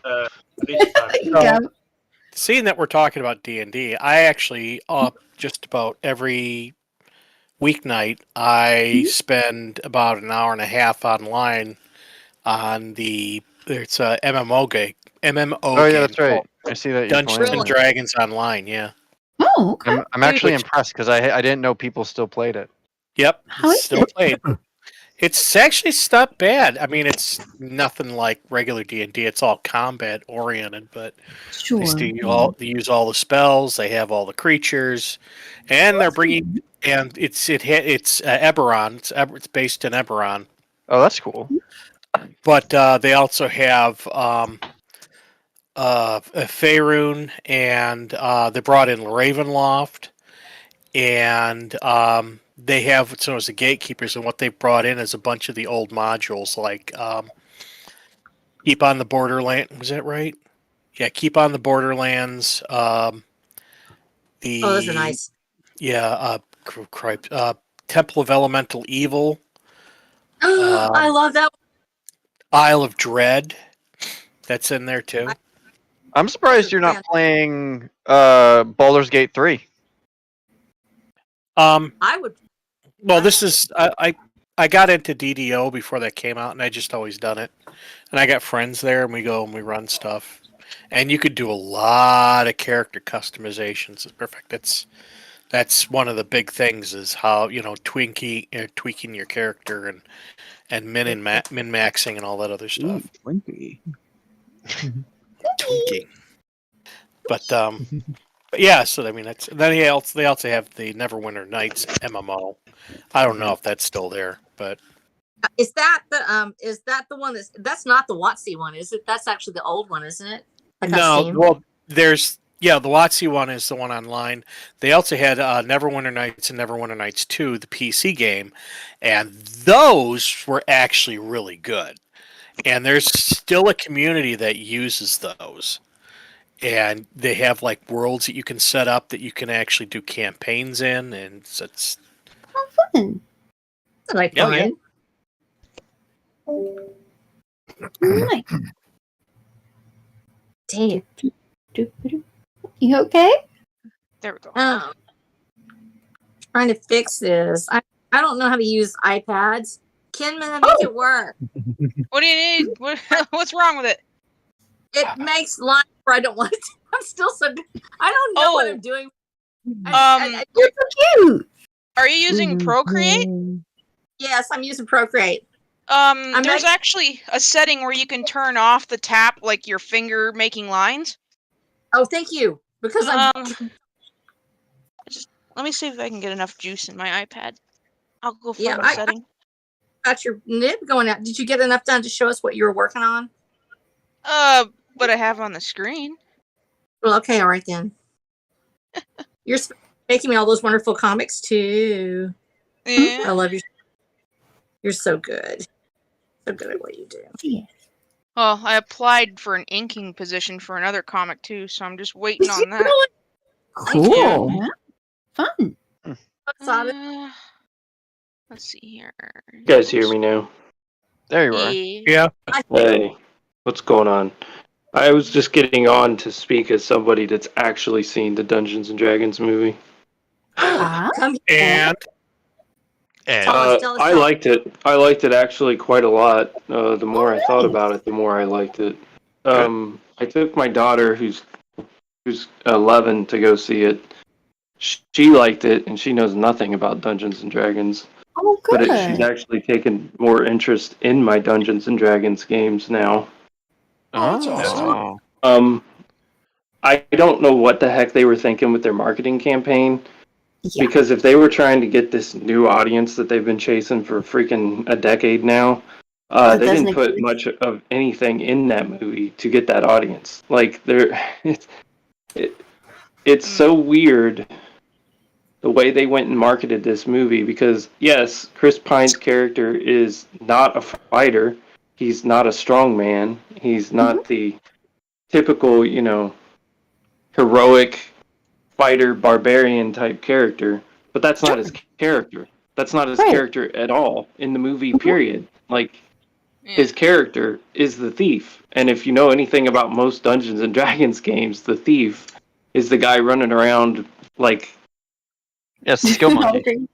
Yeah, he's well, and even with him being the thief, he's also the planner of the group. He plans everything, and everybody comes to him for the plans and expects him to plan everything. Yep. Yeah. So he's not an incompetent character either. That's the other thing. Yes, there's a lot of gags and laughs in the movie, and it's not taken seriously, but honestly, it feels like you're watching like a bunch of people that played a campaign and turned it into a film at times. There are gags in that movie that feel like something that you would actually experience in a campaign. Like, a lot of times, all these plans that they make never go according to plan. Never. Until the very end, their plan works. But, like, everything that they try to do to get to that end, it all fails. Every time. And then the big, strong female person, she doesn't degrade Chris Pine's character at all throughout the movie. She barely even says anything most of the movie. She's basically the barbarian. Right. And she plays like a barbarian. Like, it's not like a woke kind of strong female character. Like, she's not a Mary Sue. She's a very flawed character. They even show a part of it that's flawed, and that's probably where the effeminate guy comes into play, because, spoiler, I'm going to give a spoiler. Bradley Cooper plays... No, don't. Okay. Well, Bradley Cooper's in it, so... Sweet. He plays character that's connected to her. And it's for a gag. But it shocked me how much I ended up liking the movie. And the only reason I went to go watch it was because I watched Shad Versity's review of it, and it shocked me because this is the guy that had been dogging on this movie from the beginning of its this whole campaign for this movie, and he actually was shocked by how much he actually liked the movie. Yeah, I mean, it's not a fantastic. It's not like award-winning movie. But it's Dungeons and Dragons, guys. It's not going to be an award-winning movie. Dungeons and Dragons is kind of silly. I hate to say it. It is. But there's campaign settings within Dungeons and Dragons that isn't silly, like Dragonlance. If Joe Manganiello makes the Dragonlance films, they're going to be serious for sure, most likely. Yeah. Well, that had a really competent writer involved. With Correct. Margaret Weiss, right? Yeah. And that's where you really come into the differences. Probably why I lean toward Forgotten Realms, because the amount of literary talent involved with it, right? Well, there was a lot of literary talent involved, yes. Yeah.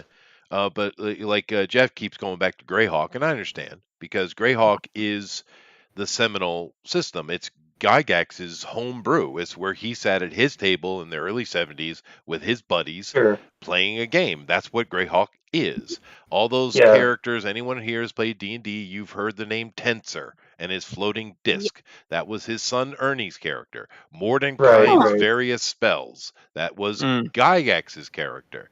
Bigby, Melf, Rary, Otto, Dwarman, Circle of Eight, all that stuff is coming out of that homebrew from Gary Gygax, and they just eventually threw it into a campaign setting.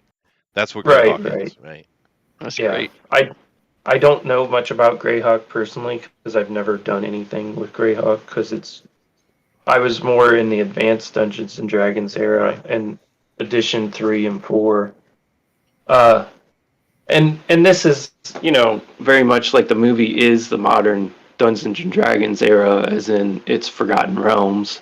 Sure. It takes place a good chunk of it in Neverwinter.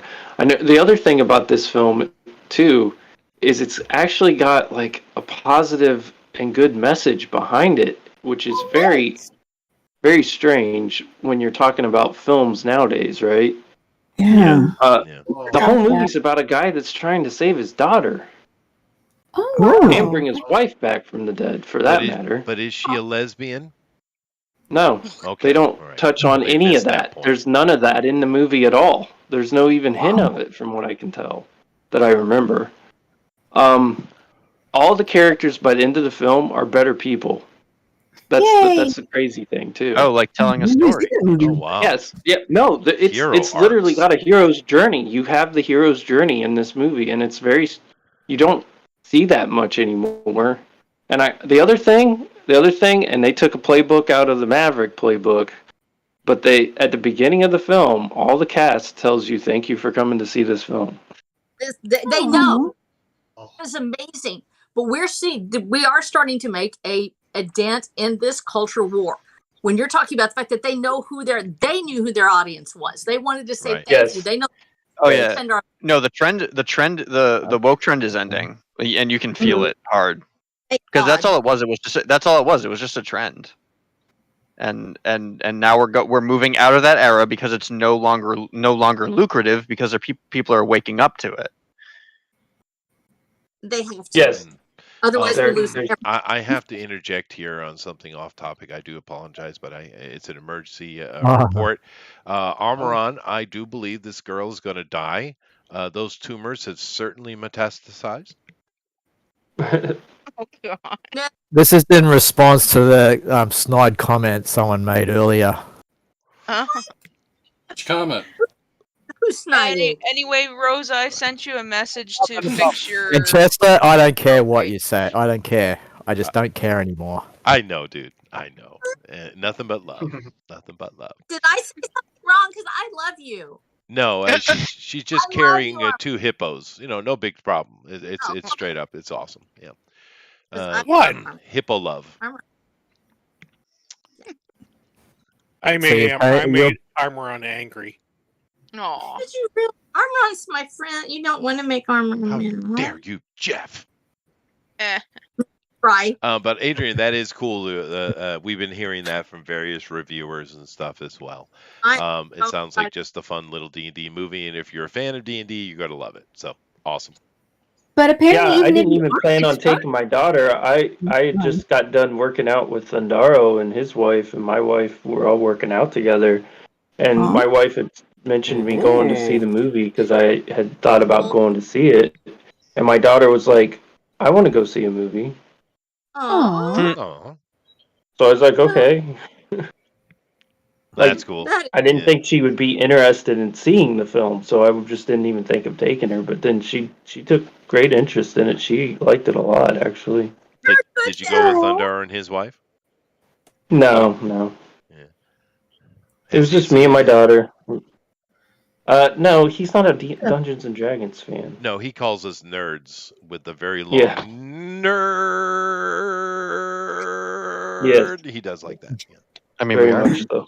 We are, so proudly so. I'm geeking out over freaking Eric's owlbear, dude. Damn.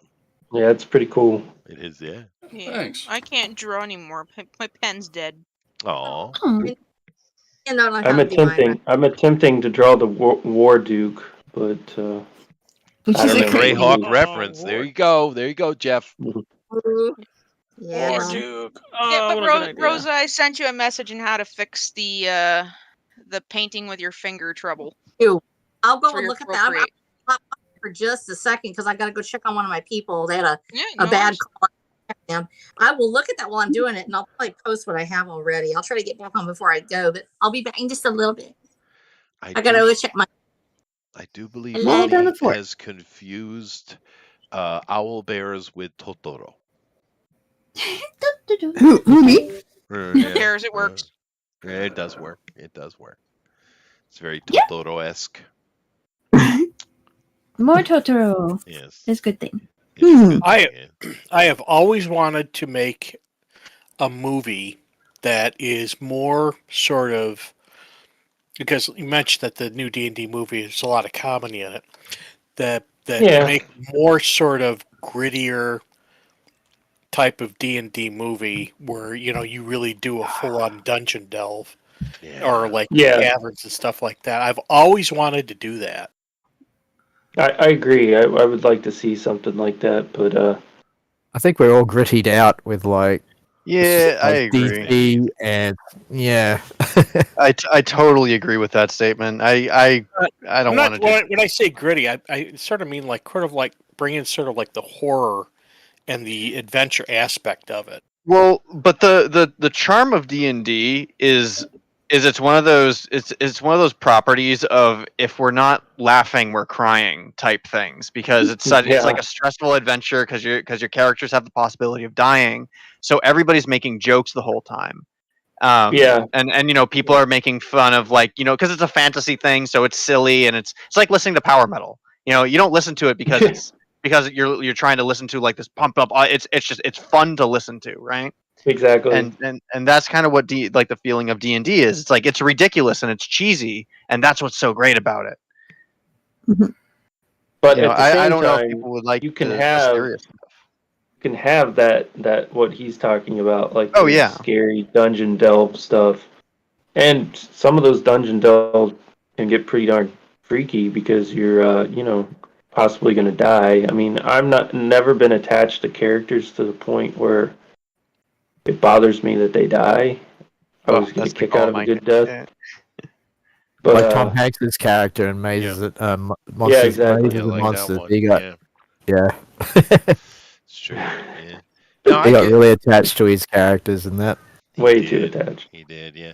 But I get what Jeff's saying, and that would be fun. The thing I don't understand is why these official D&D movies always go to the rogue. Why is it always the rogue leading? I don't Why know. can't I we always have a wondered warrior? this too. Charming. I Yeah, guess it is. maybe- It's a charming rogue. Yeah, Yeah, I'd rather them try I something else. never saw the rogue as the main character though, and this is No. coming from a guy. This is coming from a No. guy who has made. Basically, rogue is my main class that I always play whenever I play Same. D&D, I but I've used to never seen play the rogue up as the main until- character. Up until recently, that's all I would play is rogues, and that's because Maybe they're that's not why the main then. character, and I didn't want to be the party leader. Yeah.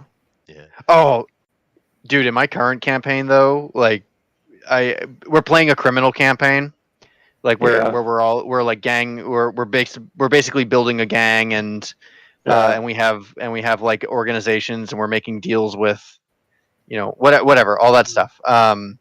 And my party inadvertently made me the leader, even though I'm playing like a thief rogue, and it's because in a setting like that, I'm the idea guy, right? Yeah, right. And I didn't ask for it. I was every time they say, "Oh, like he's our leader," I'm like, "Are you sure? Like, are you sure you want that?" Yeah, well, Chris Pine's character in the movie isn't most likely he's not the most likely type person you would choose to be the leader either, but because he's the tacticianer, I guess they choose him. That was a But, Bushism. I don't know. I never liked being leaders, so I just would try to play the characters that would never be the leader. Is like leader a responsibility in the game, or does it have certain like requirements? When is it? Not makes decisions. necessarily, but they usually make a lot of decisions, and sometimes those decisions can be wrong. I've never liked to be the leader in any game type setting. Usually, I like to play the back. I like to be the sneak that goes around and stabs people in the back. I like playing assassins. To get to be an assassin, you have to be a thief, kind of. So. No, you're right. AS, you're all maining nerd classes. We are. And Esther of Dragon says main cleric. Dude, I had a character way back when I was young. It was a cleric he was a fallen cleric named Judas Nunn of Kelemvor. And I had a great old time with him. That's a good name. Different character. I also played a cleric for a long time. One of my favorites.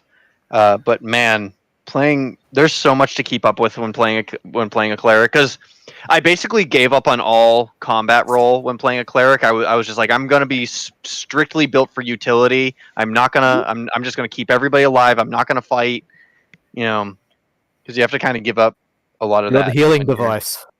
You are. Yeah, and You're the healer. and it's and that's okay. Like it's totally okay to not contribute to a fight and just keep everybody alive. Yeah, in more recent years, I've been playing the barbarian character. So the I tank. still have yet to play a proper barbarian, Oh, those and that's are fun. probably Actually that's, really like yeah, playing that's the probably the class barbarian. that I would want to try next is the barbarian. My And hey, favorite character I ever played was one called Sir Olin Thornhaven. And it was during my RPGA days. Nerd Yes, again. I know. But he was a cavalier out of the Unearthed Arcana book. what is it? Yes. Yes. It was just a kit class. Yeah, but, Unearthed Arcana is basically unofficial like beta classes that they haven't actually released yet. but they actually Yeah. had a book they came out with AD&D, right? Right. Well, because I just Yeah. remember that for 5e, like the shifter was in Unearthed Arcana, and it was basically the beta of the shifter. And then when Eberron Oh. came out, they officially released the shifter, but the race was like we had to Right. change some of my stats like in the middle of the game because of like they swapped a lot of the features. Yeah, no, I forget that you're younger. It's with the 5th edition people who are running it over at WotC, they turned the Unearthed Arcana into their test bed. Yeah. That's Well, what they remember, did. It wasn't that I didn't original. start with 5e. I started with 3.5, so I've been playing for a long time. Right. That's what I Obviously started not with. as long as you because you're old, but That's true. But no, I don't mind them doing that. See, the problem with the WotC right now is there's some people on the mechanical side, the coders, that are actually doing some cool things. It's the people that are put up front that are marketing are the problem, right? The problem from people I know who know people on the inside is that the creative department is totally ignored. Like this whole 1D&D thing is a great example. There's people I know who are on the inside of the gaming industry who know people who are in the creatives at WotC. They told them straight up, this is a stupid idea, do not do it. And of course, the bigwig execs who think they're smarter than everybody and don't give a flying crap about this type of stuff typically until it's a dollar problem. They said, nope, we're smarter. We know what we're doing. This is what we're doing. And they did it. And then it got leaked and it went all to hell pretty much very quickly. how could they think it wouldn't? You know? Well, They leak on and purpose, that's right? the thing. Like Yeah, sometimes. Yeah. they were tried to be warned. I also know people on the inside that have told me once that was all leaked out and announced and they couldn't hide it anymore, a bunch of the independent people got together for a summit of their own and started making plans on what they were going to do if it went down. Oh. Well, Yeah, they might want to step out. That's true. Well, the interesting thing is this almost isn't a new thing because that's practically why Pathfinder exists because exactly when they moved on to 4 and then 5, people are like, well, we still want to play 3, so they made Pathfinder. Yeah. Right. Yeah, the debacle of 4th edition led Pathfinder to become the king for a while. Yeah. They did. Yeah. And it well, and that was one of the talked about plans was that, well, we'll just go to Pathfinder. But yeah, the other thing that I'm hearing from some of the independent guys that I've met in recent years, because I've known some people and I've had some like jobs doing artwork for some of these indie guys. They're making buku money right now. I bet they are. Yeah. I know one company that's making more money than they've made the entire time they've been open. And they've been around a while. Green Ronin? Oh. No. Well, I can't say. Oh, you can't say. I just Don't ask me about my business, B. Well, no, but the thing with, like I said, with Matt Mercer, as woke as he is, he and other people like him, like Geek and Sundry and those kind of guys, they're super woke, but they expanded the hobby. They did. Yeah, they did. And then the fact that Wasi started trying to play the games that they played with the copyright and the ownership and all that, that pissed a lot of people off, and they've turned from the Wasi and D&D and gone to the OSR and the independents Yeah. a lot lately too. As they should. There's so many campaign rule systems out there that are great fun, and you shouldn't feel obligated. I Unfortunately, mean, we just had man, what was the name of that one that just made like over $1 million in Kickstarter? oh yeah, I got that sitting around here somewhere. That superhero one. Yeah, I bought it. No, this isn't the superhero one. This is like old school meets 5th edition. I forget what it's called now. Oh, the Shadow something. Shadow Dark. Shadow Dark. Yeah. I went and Yep. looked at it, and it's a very basic version of the old D&D. Yes. I wasn't impressed. But yeah, you're right. It made money. Yes. When I was in college, we would dabble in a lot of different campaign settings. So another one that we used to play was Alternity. Oh yeah, I've heard about that one. which is basically Cowboy Bebop, but it's a Cowboy Bebop RPG system. That's a Wasi product. And you know, the ones were critical successes and the 20s were critical fails, so it was really confusing at first.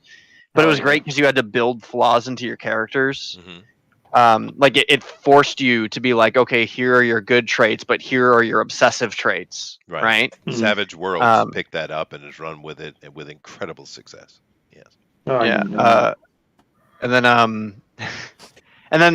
I have a bunch of silly indie ones like I have a couple copies of Besm, which is the anime role playing game. Right. And then somebody made another indie game based off of that called Made. Yeah. Where have you heard of Made? I have. Yes, I have. It's so funny. We actually on our old podcast show, we ran a campaign of Made. I was the game master. Big Eyes Sexy Maidens, Besm, is actually a really good system. I've read it. Did you say Big Eyes Sexy Maiden? That's what Besm stands for, yeah. Big Eye Small Mouth. Big Eye Small Mouth. I'm sorry, I had it wrong. But I knew the Big Eye part at least. But I've read the system, and it's not bad at all, dude. No, it's really simple. not. It's simple and fun to play. Like you don't need it to be complicated. A blast from the past would be a game system that came out. They had 2 books. The first one was called Whole, which is Human Occupied Landfill, and then they came out with the second supplementary book called Buttery Wholesomeness. That was great.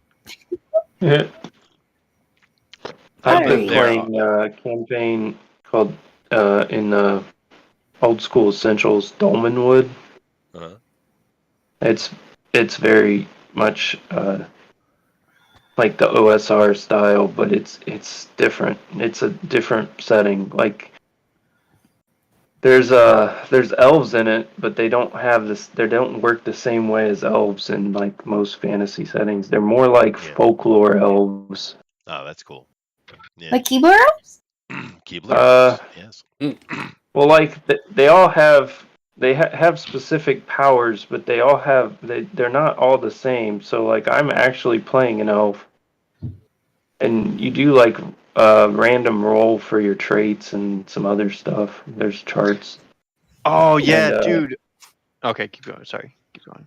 Well, like so I have like one of my powers is I can summon the wild hunt, but I can only do it once. And then once I've used that item to summon the wild hunt, I can never use it again. But it basically summons an entire army. Oh, I see. But elves are like they're more mischievous. They're not token elves. They're not like I don't know. Angels, It's hard to. Yeah. So like I've played the character. Like he's friendly to humans, but you might not want to trust everything he says as a human. He's probably going to lie to the humans more than he's going to lie to an elf. No, I see. Well, the system that's like that with a bunch of random rolls, because your characters are made to die, that we always play. My brother is really good at running this. Oh shoot! It's the game with Master Computer, and you're basically playing a an AI controlled dystopia where you're. I think I've heard of what you're talking about, but what is it called? I can't believe I'm blanking on the name. Do you know what I'm talking about, Chester? It sounds vaguely familiar. There are hundreds and hundreds of settings. You have one of the big ones that's hit off recently is the ICRPG with the Runehammer guy on Yeah. YouTube. He's having huge success too. There are many of them. I can't remember the name either. For some reason, blue something is coming in my head. Oh, Paranoia. It's Paranoia. Paranoia. Okay. Yeah. Paranoia is great because that's a game you play to laugh. You know, you to have like a really good time. Sure. Yeah. Sure. You got Call of Cthulhu. You have a mega hit with White Wolf's World of Darkness. That thing came out in the early '90s and it just took over. Yeah, It's I've still played going some on. Vampire. Well, that's a in the D10 past. system and it's fun. It's different, right? Yeah. Yeah. You have the old Star Wars D6 systems that were fun.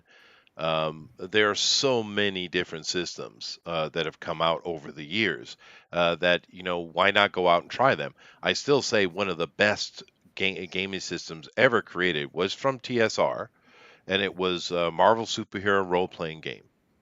Yes, I've heard this from other people. It's insanely perfect. And that's an old game that isn't, no one's using that mechanic anymore. No.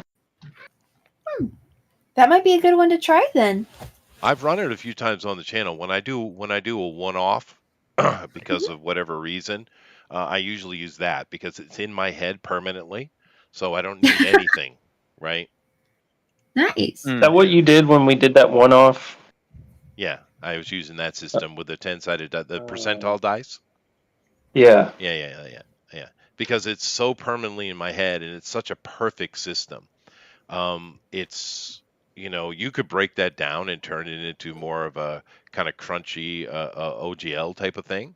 But Sure. it's different, and because one of the problems with running superheroes is no one has tried, well, until recently with the one I mentioned, that Kickstarter I mentioned, no one had tried to make it D&D like. They always want the superhero to be something very different, and I get it. Yeah, they don't. But the most successful version of that is definitely the TSR one. The one that came out from DC Universe system, it was okay, Yeah. but it was the best try at that. Now, to be fair though, probably the most fun I've had with it is with the World of Darkness one that came out using that system, and it was what was that called? Goodness gracious, I can't remember. Start with an A, but I love that system because the World of Darkness 10-base system works really well with it. But there's all kind of different things. Like, to be honest with you, if I were going to suggest anything to anybody here, although 5th edition is great as an introduction to role playing, I would suggest something like Cortex Prime. It's a great, simple introduction to role playing. But if you want to, level up and go to things that are more interesting, I'd say the thing right now that I think is king is not Pathfinder. It's Savage Worlds.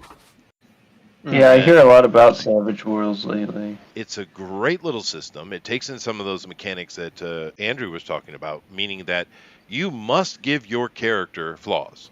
You can't play the game otherwise, right? And I love the insistence of it because that gives you points to spend on other things. They also use a deck of cards. They've tried, always trying to introduce new things into the game is fun to do, and they did it well. The deck of cards works for your initiative, and it's very fun. It's really Savage Worlds is awesome.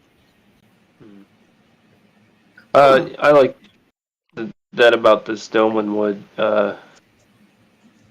I mean, it's also one of those systems where you got to manage things too, right? So, like, my first time playing, I didn't have enough food and torches, so it really became an issue.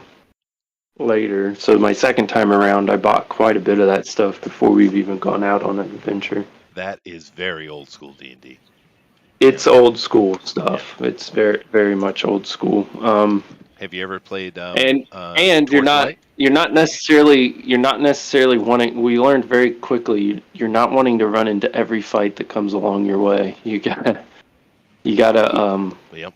because I was used to like running into the fight quite a bit, and this system, a lot of times you don't want to go up against the people right away because you got to learn more about them before you can fight them. A lot of Right. times, That's fun. But you're talking about serious role players now.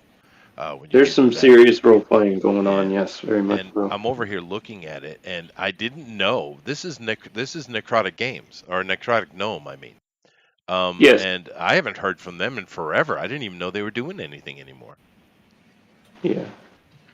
That's cool. I'll have to check this one out because I don't know this one. It's a pretty cool system. It's very unique because like I said, so the setting is basically you're in the Fey realms, but the humans have kind of invaded parts of the Fey realms, so they've got like little bits and pieces of it, but a lot of places if you're like not a Fey, or even if you're a Fey, you're stepping into danger zones.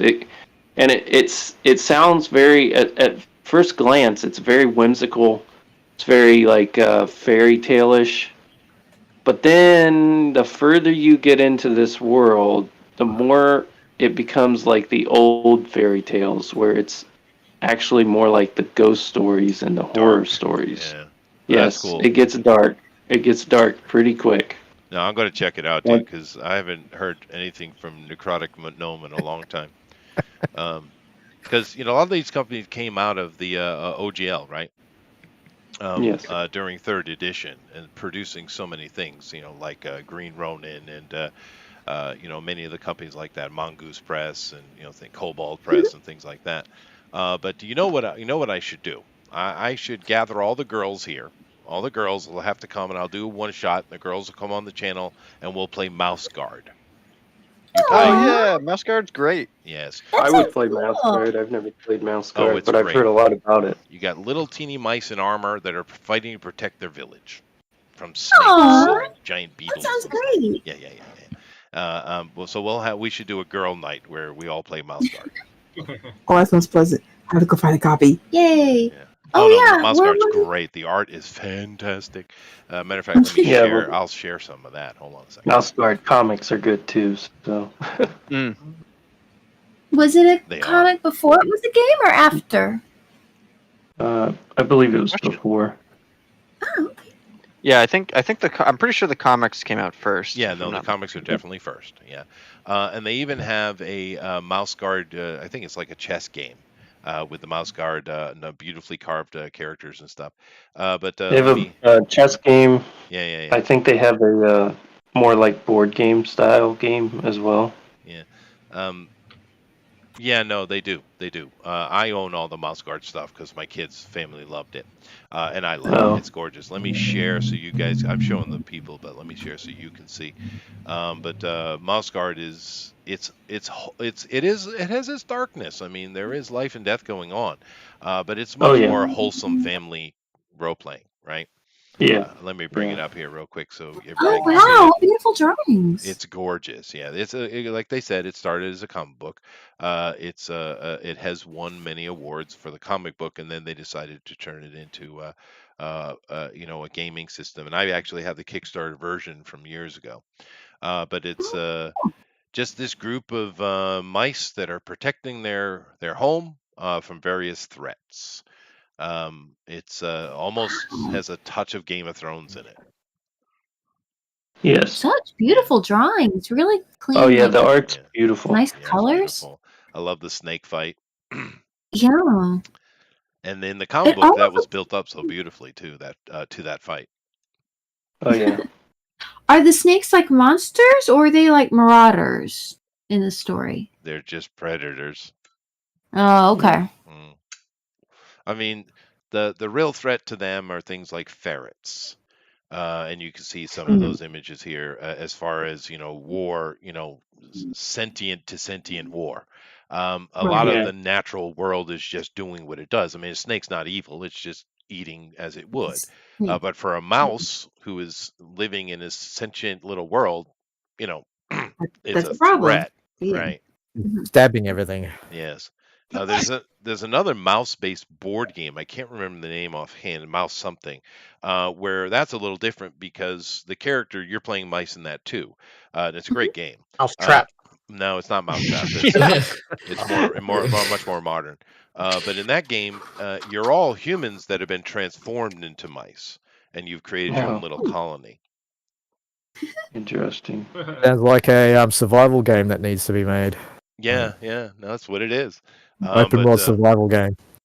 This is a wonderful little game. I got the book right here, right next to me.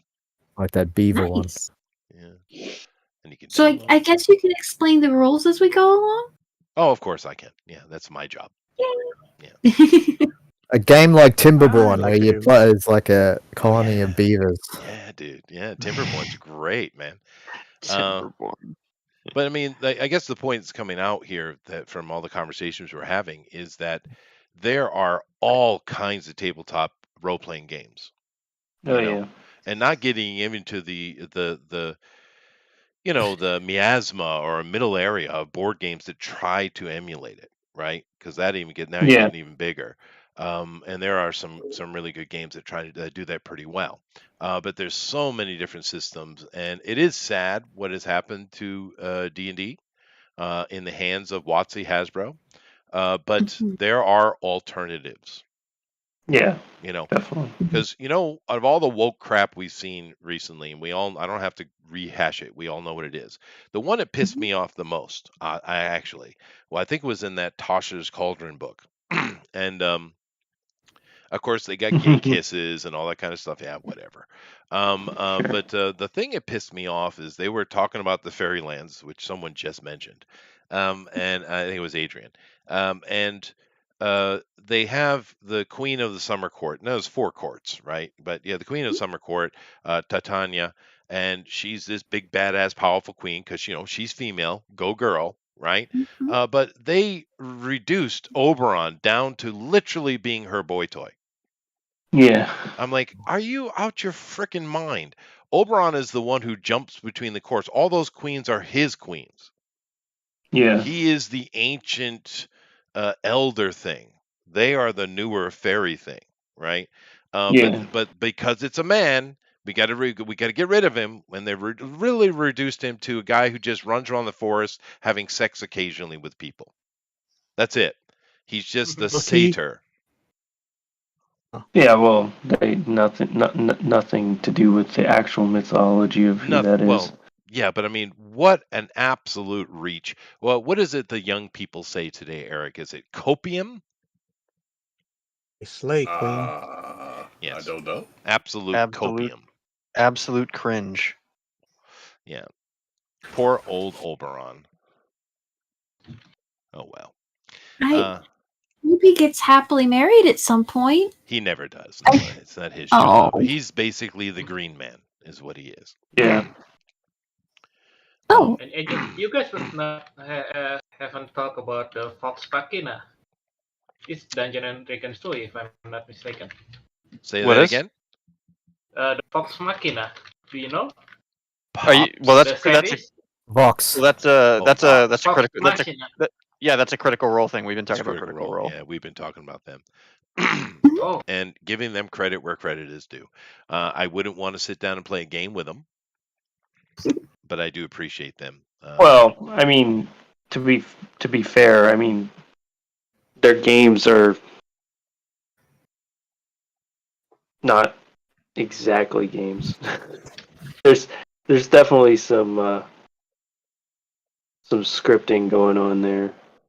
There is now. Yeah, there is now. Yeah, because they have now, to make it more of a show. Back in the original run of things, there wasn't, but well, because that's what's so funny about something like Critical Role is like I bash on it, but I used to be a fan because I was a fan of all of the voice actors individually. I've interviewed all of them individually when they were because of their voice acting talents and when I used to work in the in the press industry. Mhm. And then when they all got together and did this, then all of a sudden it started turning into a political agenda instead of playing D&D. And that's when I was just like, I could care less about these people right now. Yeah. So I used to be a fan, but I fell off. Their newest campaign really became political agenda type stuff. Yeah, no, unfortunately. But that's that's fine. It is what it is, and that's the thing about all these role playing games. You could do whatever you want. You could do whatever you want at your table, as Rosa had said. I tell you what. Tell you what. Sorry. Yeah. Go ahead. No. Go, please. Well, what I was going to say is, one of the best actual plays I found online recently is a campaign role-playing setting, and it's two guys playing in the like the Conan world, right? Like Hyperia. Mm-hmm. And the way that they do this play is it's almost like listening to an audio drama, but they're playing a game. They're playing a role-playing game. But it's fantastic. Like, it's some of the best role-playing. After watching it and listening to it, I was like, man, I really got to step up my role-playing game.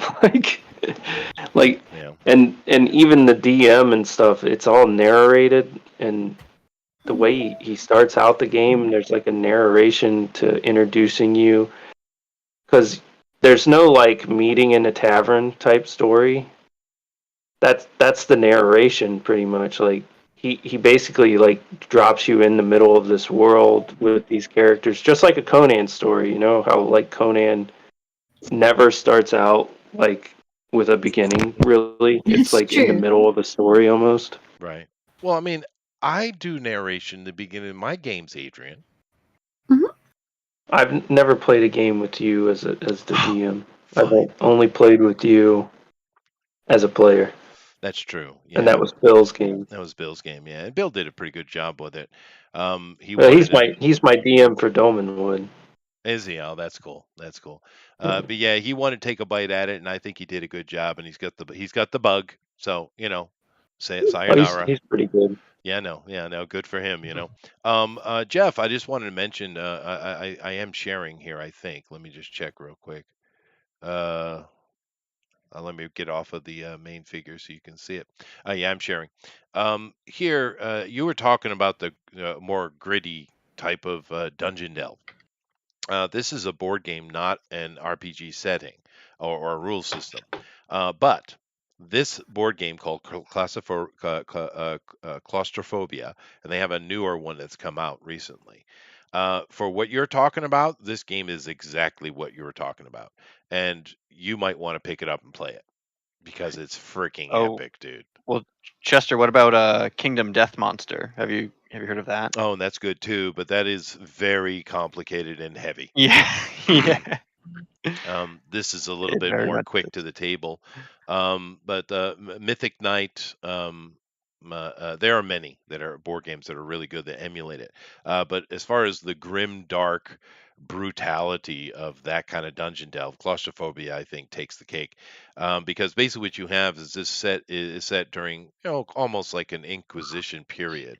And these prisoners, heretics, of course, have been given an opportunity to go free if they go into the dungeon and clear out the evil demons that are there. And that's what you're playing. You're playing one of those heretics. But it's really good. It's really, really good. Yeah. So cool. Yeah. I think my favorite is Mythic Knight, though, as far as just substituting a role-playing game, because you can run that solo. Yeah, I've tried. So like reading a book. Mythic is good. Yeah, well, there's cards and stuff, and you have to get to certain goals depending on what you've flipped over. But Mythic Knight is really good. There's a bunch of them though. There's so many. What was that one, Adrian? That was a super big hit for a long time. They came out with literally like 30 boxes of stuff. I can't remember the name of that one. That was a big hit too, with lots of chunky miniatures and things like that. There are so many. that kind of remember. fill that gap. You've No, been no, no. around Yeah, for a it's been around while. There's a lot. Yeah, I wish I could remember the name of that one. But there's Like- tons of them. You can even go back to the old Dungeon. Do you remember that, Eric? The old Dungeon game, board No. game. You didn't play that I when you don't were a kid? think so. No. Yeah, that's a great little board game for Yeah, D&Ders. I know what game you're talking about. Oh wait, did they have like little pop-up doors, little cardboard doors and stuff? No, that's Hero Quest, and that was cool too. Hmm. Yeah, Hero Quest was a lot of fun too. Dungeon is more more of the standard American, Monopoly, Parcheesi type of board game. Yeah. Yeah. So. I feel game like that me and my family have been playing a lot lately is this card game called Here to Slay. What's it called? And Here to Slay.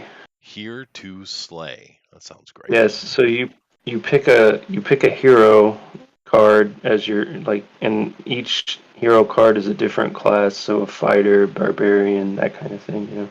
Mm-hmm. So it's like and Munchkin. then yeah. From what I've heard, I've never played Munchkin, but oh really? So basically, you're competing against each other. You can either win by killing. Well, we make it 4 monsters because we always play our own house rules, but it's usually 3 monsters if you play the actual game. Or getting 7 different hero classes in your deck, and you lay them down. But the thing about it is. In the actual game, you can challenge people's moves, right? Oh, you can. Oh, that's interesting. They limit what you can challenge, but my family plays house rules, and we challenge everything you can do.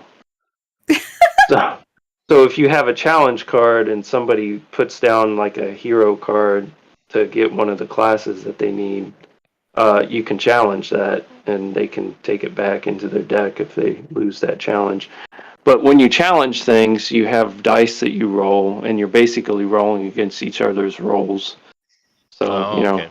I challenge like killing a monster or something, and I roll a 12, and then the other person rolls a 7. They've lost. But you have also cards that are spells and modifier cards that can add to your rolls or subtract to your enemy's rolls.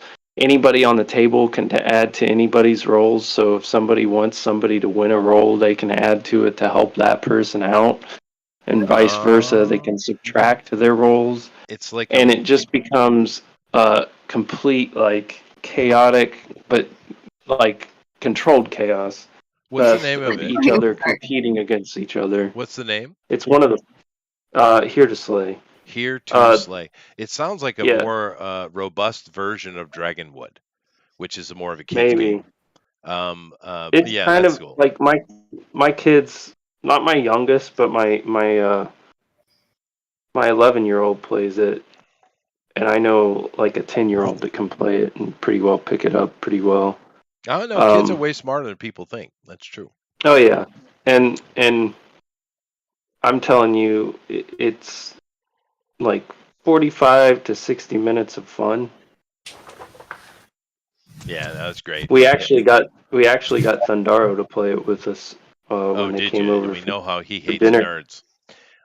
He loved it. Yeah, he that's he cool. was like, And Yeah. Chester? Yes, I know. Go ahead and kazoo. Yeah. Okay, his mic went out, but he kazooed. I heard it. I hear little pops. Thank you very much, Eric. Yeah, no, there are, Adrian, there are so many fun board games to sit down with your friends and play. And a lot of them emulate what we're talking about today with D&D. One of the really good systems is called Legendary. And they have all kinds of IP has been put on top of that system. And that's a great great game because you're sitting down. The one he's talking about is obviously competitive, but the Legendary system is cooperative, where everyone at the table is working together, right? And it has a great adventure feel to it. Probably one of the better iterations is Alien, I think. It really has that claustrophobic horror feel because you never know what's the next card going to flip, right? But those kind of things, there are so many of them. But as Jeff has said, with his broken kazoo, we are done. So stop what you're doing. And let's go take a look at the art, because we got some cool stuff today.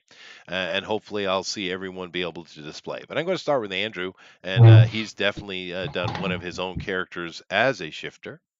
Yes, that is correct. As you can see, it is very clearly basically a comic book. Every D&D character that I create can become canon in my comic book world. So like I'm basically giving myself free characters every time I play D&D. There you go. Add to my comic. Yeah. Well, you know what happened with the shifter was that since like day one of D&D, people like, I want to play a lycanthrope or a thananthrope or something like that, right? And they just never really put rules out. And then the third edition, I think there was some kits because you could play monsters and you had to take a CR penalty. But I do believe it was maybe one of the later kits or just fourth edition, the shifter was just made a character. Mm-hmm. So finally, This is after all those years, Yeah. So this is my character. This is Crew. This is the original concept sheet for him. I was using my own character sheet as reference. Oh, So, that's cool. Look at that. Every time I jump into a new D&D game, nobody knows that I'm a professional artist, and then I put out my character art, and everybody's like, "What? Yeah, I know. What's happening?" Artists are always popular at the table. Yeah, That's true.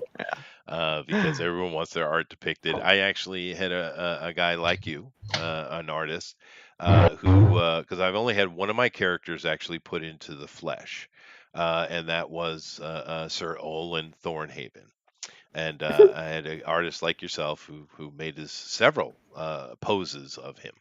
So I was very excited and happy. Yep. All nudes. All nudes. Yes. The bikini version. Yeah, that's true.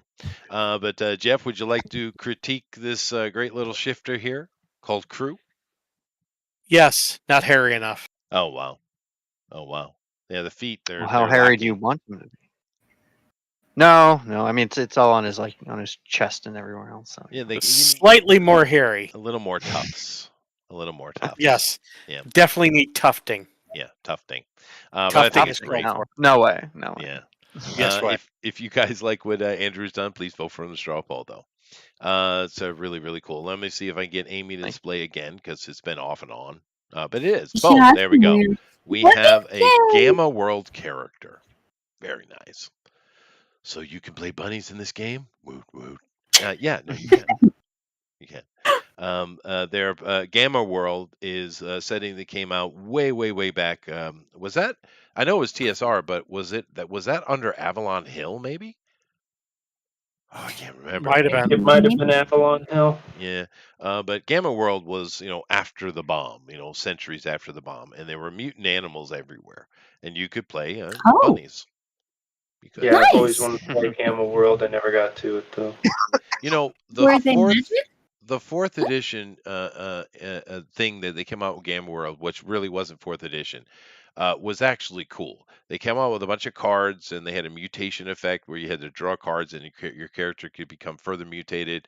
Some of that was a better attempt, I think, at what they were thinking of doing with fourth edition, but they weren't brave enough. But the people with Gamma World were like, screw it. We're just going to dive in 100% and add a card game into our tabletop game. And I loved it. Yeah, it was really cool.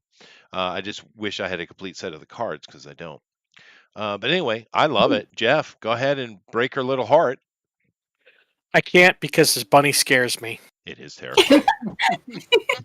He has an axe. He's a scary bunny. Yes. It reminds me of the that? kangaroos from Tank Girl. It's a Vorpal bunny. It is a purple bunny. You're right. What's up, Doc? What's up, Doc? Really like the face and how you did the face in that drawing. Thank you. Cool. I drink our two bunnies. They're great. Trying to deceive us with the cuteness while it hatchets us in the face. I think he'll be happy if you just decide to go, "Aw," and wander off. That'll be fine. Well, Or maybe give him carrot cake. He does say woot woot. Whoop, whoop. There you go. So I don't know. I don't know what woot woot means, but I love it. So if you guys like what Amy's done, please vote for the straw poll because it is cool. Okay, boomer.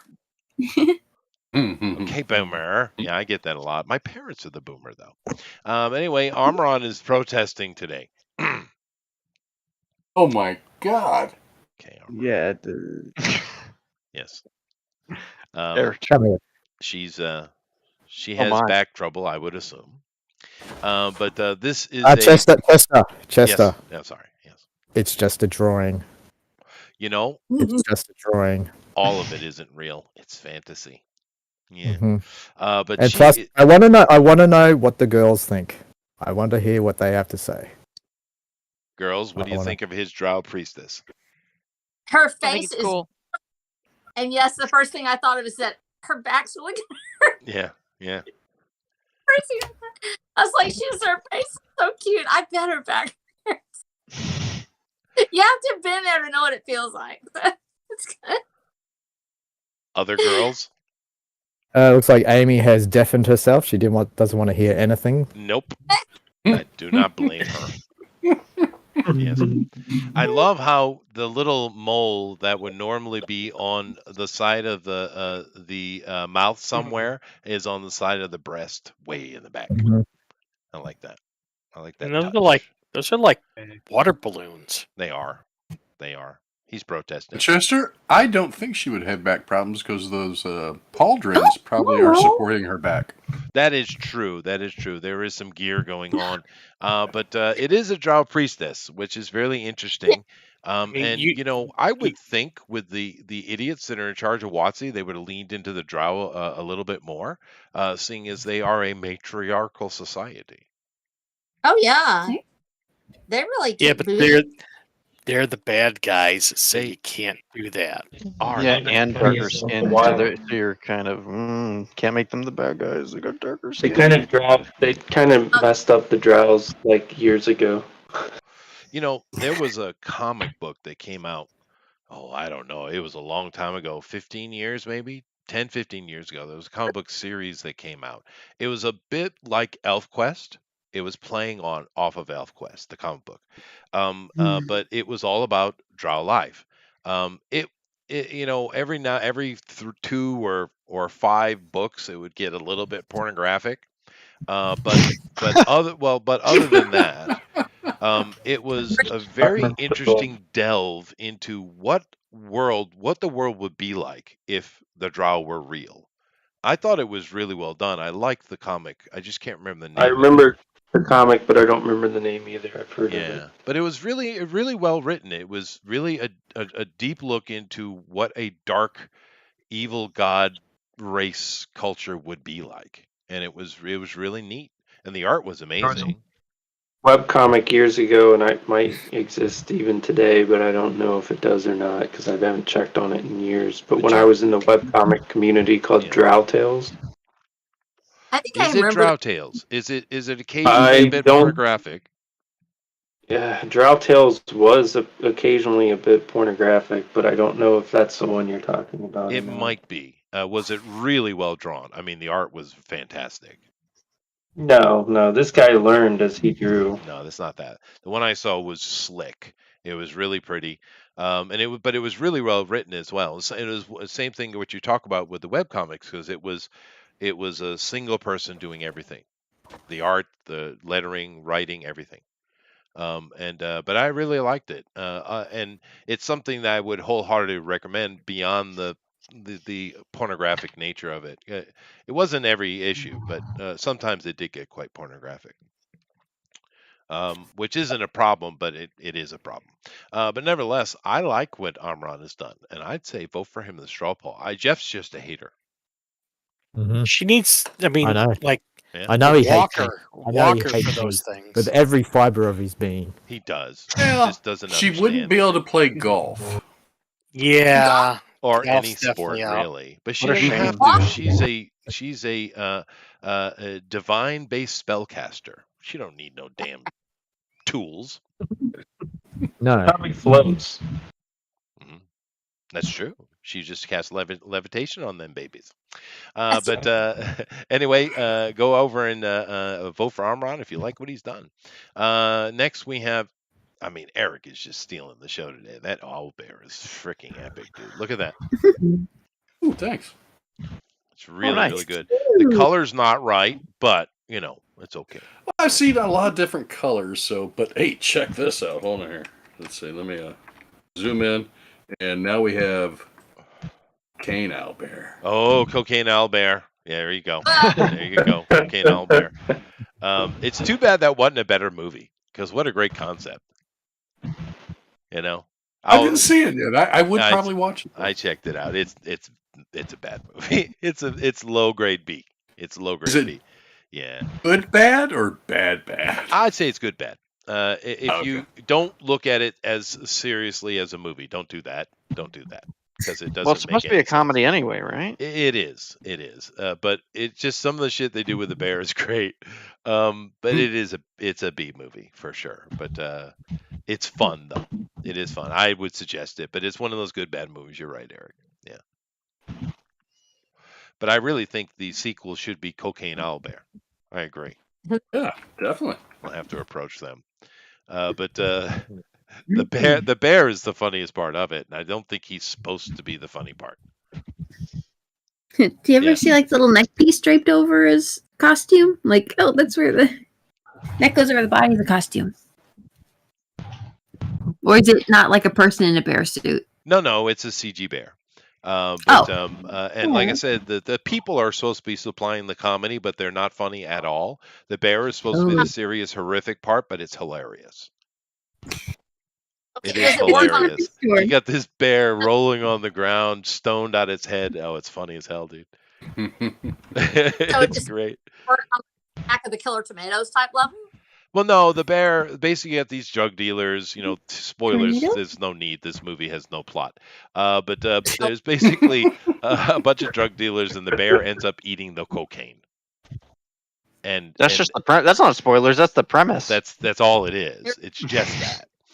And then hijinks ensue. Yeah. So you just have a bear that, and honestly, the amount of cocaine that the bear eats would have killed it instantly. Instantly, because it's an outrageous amount of cocaine that it eats. There's more than an 8-ball. Oh, dude, no, like kilos. Yeah, stacks. Oh. Yeah, stacks. Kill an elephant on the spot. But it's just funny. Go watch it. It is worth a watch. It's a good laugh.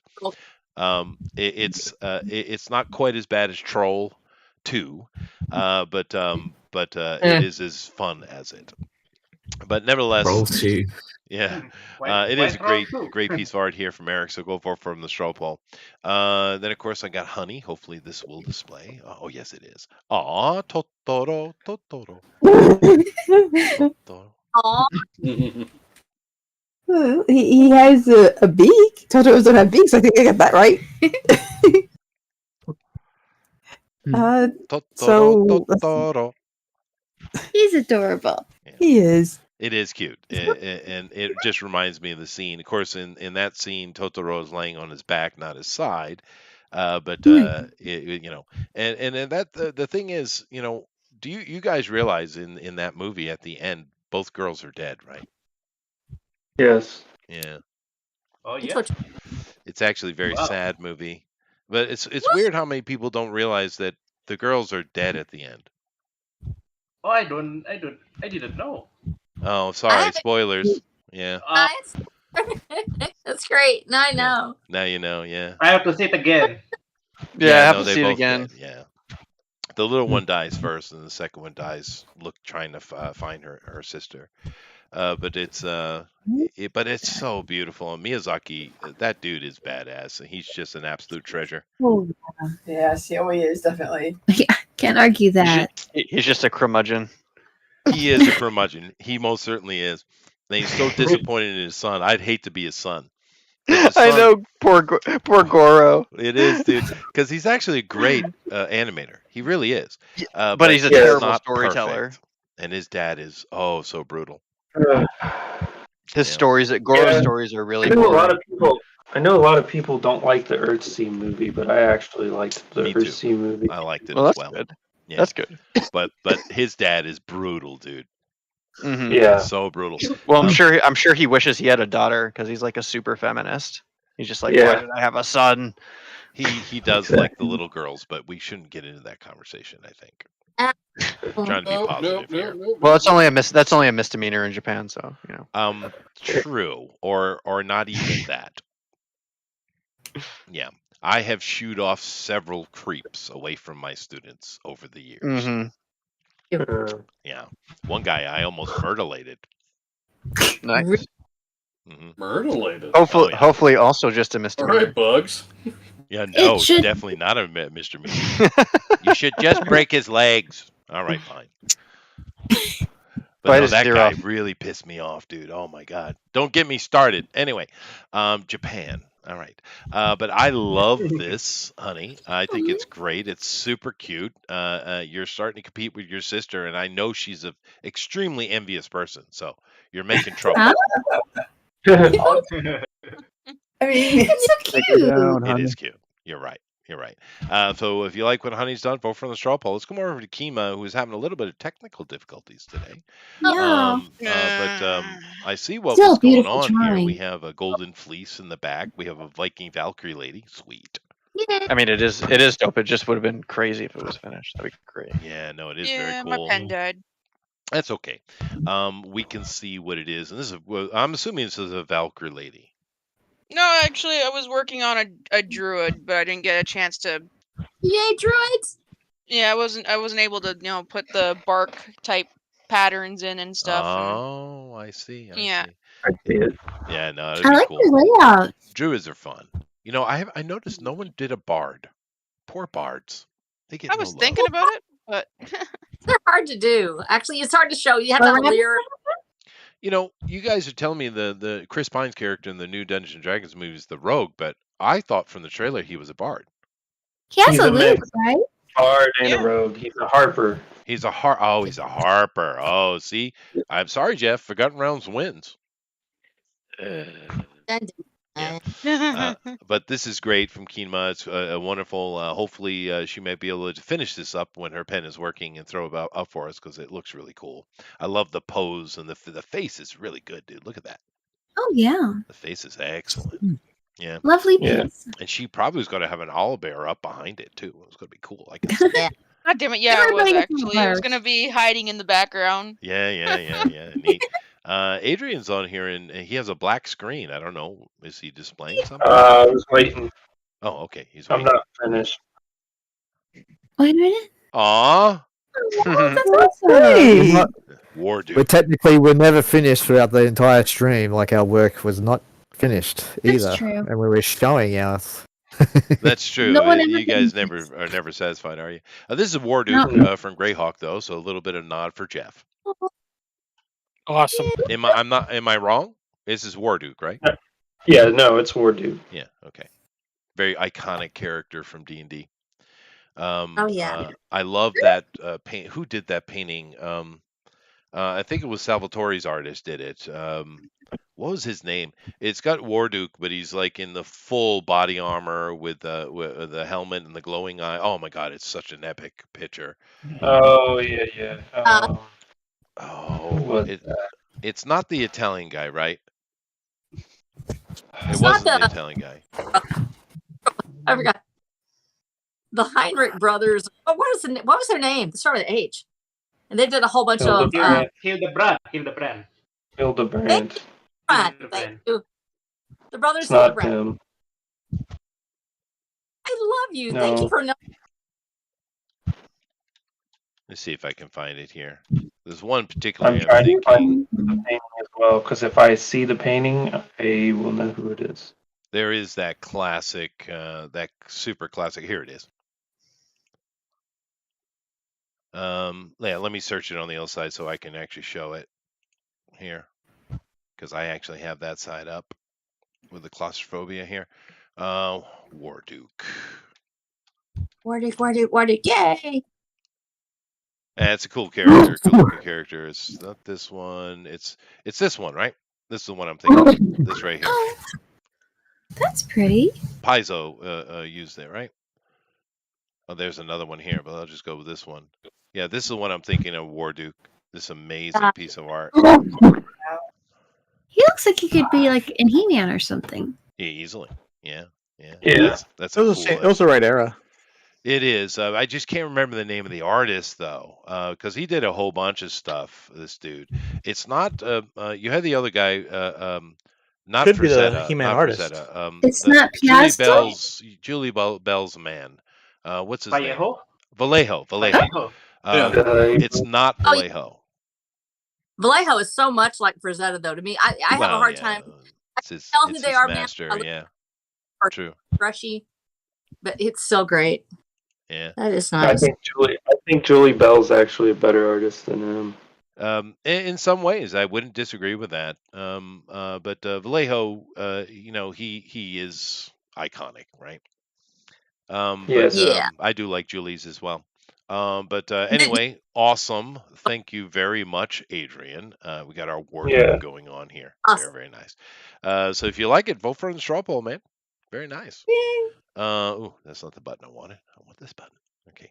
Then Rabbit, who's been really quiet tonight, but he went a little more Vampire the Masquerade, which is absolutely open. What is the name of your character, Rabbit?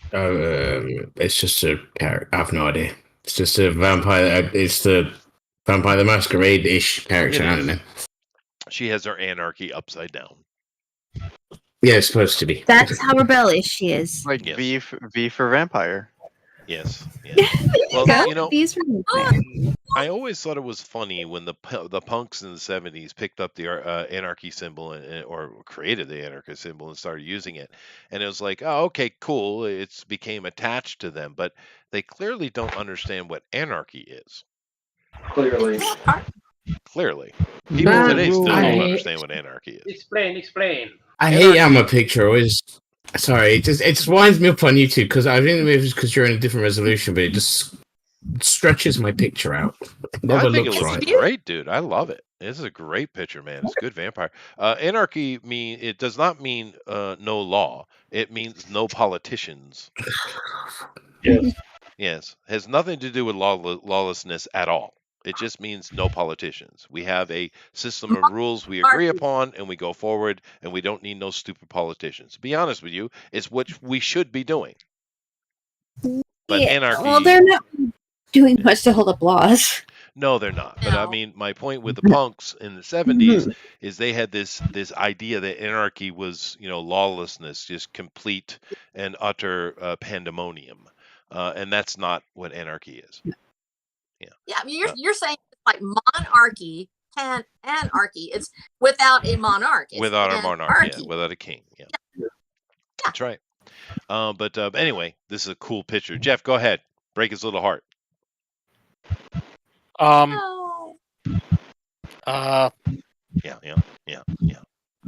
It looks nice. No, I can't find anything. Yeah, can't find anything. Yeah, it is awesome. And I can tell that it's not really 100% finished, but it is really cool though. As usual, Rabbit always kills it. If you like what he's doing, vote for the straw poll. We got some really cool things to look at here today. We have Rosa live and in living color. Hi. Hi. In living color. So, do you have something to show us today? Draw along because I dropped it in there because I had to go really quick and check on my people because we got a bad call, and so I was like, okay. Oh, so I dropped it. It's really done, but I just gotta look at it. No problem. I'll go and take a look at it after I take a look at Johan's, and then I'll pick up the other ones. So I'll come back to you in a minute, Rosa. Then, of course, we have Johan. And Johan, are you allowed to draw things this sexy where you live? Is this legal? I think so. I don't know. Watch out, man. But then again, your culture is very mixed, though. You get all kinds of religions, all kinds of people. Indonesia is very cosmopolitan, isn't it? Oh, yes. Yeah, very different. Well, I mean, you do. You get all kinds of different cultures and peoples and religions all living together, right? Yeah. Basically. Yeah. And you guys are all on the upcoming too, because a lot of big businesses around the world are moving their factories down to Indonesia. Yeah. I don't know if it's that many. Oh, there's a lot. I know a lot of the American companies lot? have done it. The Japanese, almost like a good 80% of them going to Indonesia. Some went to Thailand too. But yeah, Oh, it's Indonesia's been- starting to bang, dude. That's good. Oh, Coolness. okay.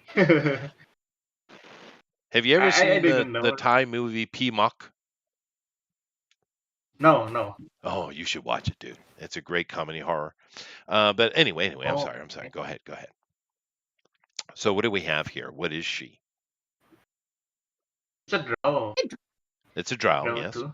But Yeah. so she's a drow priestess. Yeah, maybe. Yeah, I think so. All right. She's I imagine her like some kind of a guardian or a cultist, something like that. Oh, definitely an occultist of some kind. She looks way too happy though, or maybe that's the point. Ooh. Okay. But I Maybe. love the armor. I love the cloth. It's very, very cool. A little bit of magic. It's neat how you guys are able to illuminate things that drawing. You're not actually. Are you using some kind of CG effect here, or is that just an artistic illumination? It's photoshopping. I put some simple color on top of the layers. Oh, I see. So it's just an artistic effect. But I'm always Yeah. impressed the way you guys are able to bring light out with ink and drawing. It's always impressive to me. But I think it's great. Jeff, the sword. You should complain about the sword. That's what you should do. No. She needs to have her other nipple protected with armor. That's true. She's only half protected. That is true. They only strike that side, don't you know? It's That's We have a science. we have a vulnerable nipple We do. on that character. Yeah. I understand the Yeah, complaint about chainmail bikini. I get it, but go away. Yeah, it's fantasy. Who cares? is. How do you know that she doesn't have anything underneath that? That's right. Yeah. Her skin could be Because magic. there are no straps going to But I don't Well- care. I want my Red Sonja in a Yeah, chain. I mean, sir. your heart is on that side of your chest, so she's just blocking her heart. Why would you stab the other side when the heart is the vital organ? That's right. Yes. But they do hate them some Red Sonja, huh? Boy, they can't stand her. Which is weird because she's actually a very strong female character. Yeah. I think she's kind of fun. Yeah, Red Mhm. Sonja's awesome. She's got a really classic design. She Whatever you does have say a about classic it. design. You're right. But Yeah. but if you read the mainly comics, because she did Howard did drop her in somewhere. Was Solomon Kane? I think there was something like that. Yeah, he did drop Yeah, her in there was- somewhere, but she was like a minor thing, and then In some comic book picked it up later. one or two stories somewhere. Um, I think He had female characters Black that were Agnes was queens. in Solomon Kane. Oh, okay, yeah. But if you read the comic books, because that's mainly what I know from Red Sonja, Yeah, she's me actually a very dynamic character. She's not. Oh, she's I think great. Conan sometimes, depending on who's writing the comic book, can be a bit flat, right? Yeah, in the books he's not, but in the comics he can be. Red Sonja's comic book books are great. Oh yeah. Oh, yeah. I collect both Conan and Red Sonja comics from the past. The best Conan run of all time, and I don't care what anyone else thinks, is Dark Horse. Oh yeah. Oh yeah. That's what got me collecting Conan was Oh, as my. Dark Horse. What a great thing! And the whole thing is being narrated to you on taking a prince across country. It's Yes. just so Yes. clever mechanic. Oh, it's great, dude. Read the Dark Horse Conan. It's amazing. But I love what you Yeah, done here, yeah. Johan. If you guys like what he's done, please vote for him Thank you. straw poll. Let's see, do I have everybody? Yep. I just need to go over the other side now. Alrighty. Okay. Yeah. So Wait, is Alan not displaying? oh, Alan's not displaying. No, he's not. Alan, We need display, Alan. Hold on. Got no candy today though. I ran out of time. Let me No see. candy, Oh no! and it's not even close to Yeah. Halloween. Oh, I Yeah, can't. way too ambitious. we Am I showing? wanted Oh, There you she's so cute. Although I have to say the candy scene in Terrifier 2 was epically awesome. So anyway, this is a great bit of nostalgia here from Alan. This, of course, is the Acrobat from the Dungeons and Dragons cartoon. And she doesn't get anywhere near enough love. She was a cool character too. What was her name? It wasn't the acrobat? Diane. Diane. Or was that something like that? Yeah, Diane or Diana or French horns are speaking to me.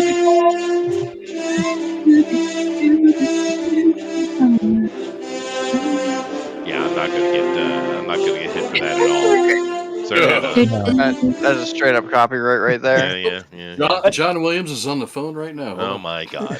But I love the dice in there with the little skull for the 0 and the 20. But this is a great little homage to that. That cartoon was a lot of fun. I loved it. I was the perfect age for it. And I really enjoyed it. And she was a cool character. And here you go. Even though we get a lot, I was the first ever nonsense. Here you have a black girl in a cartoon from the early 80s.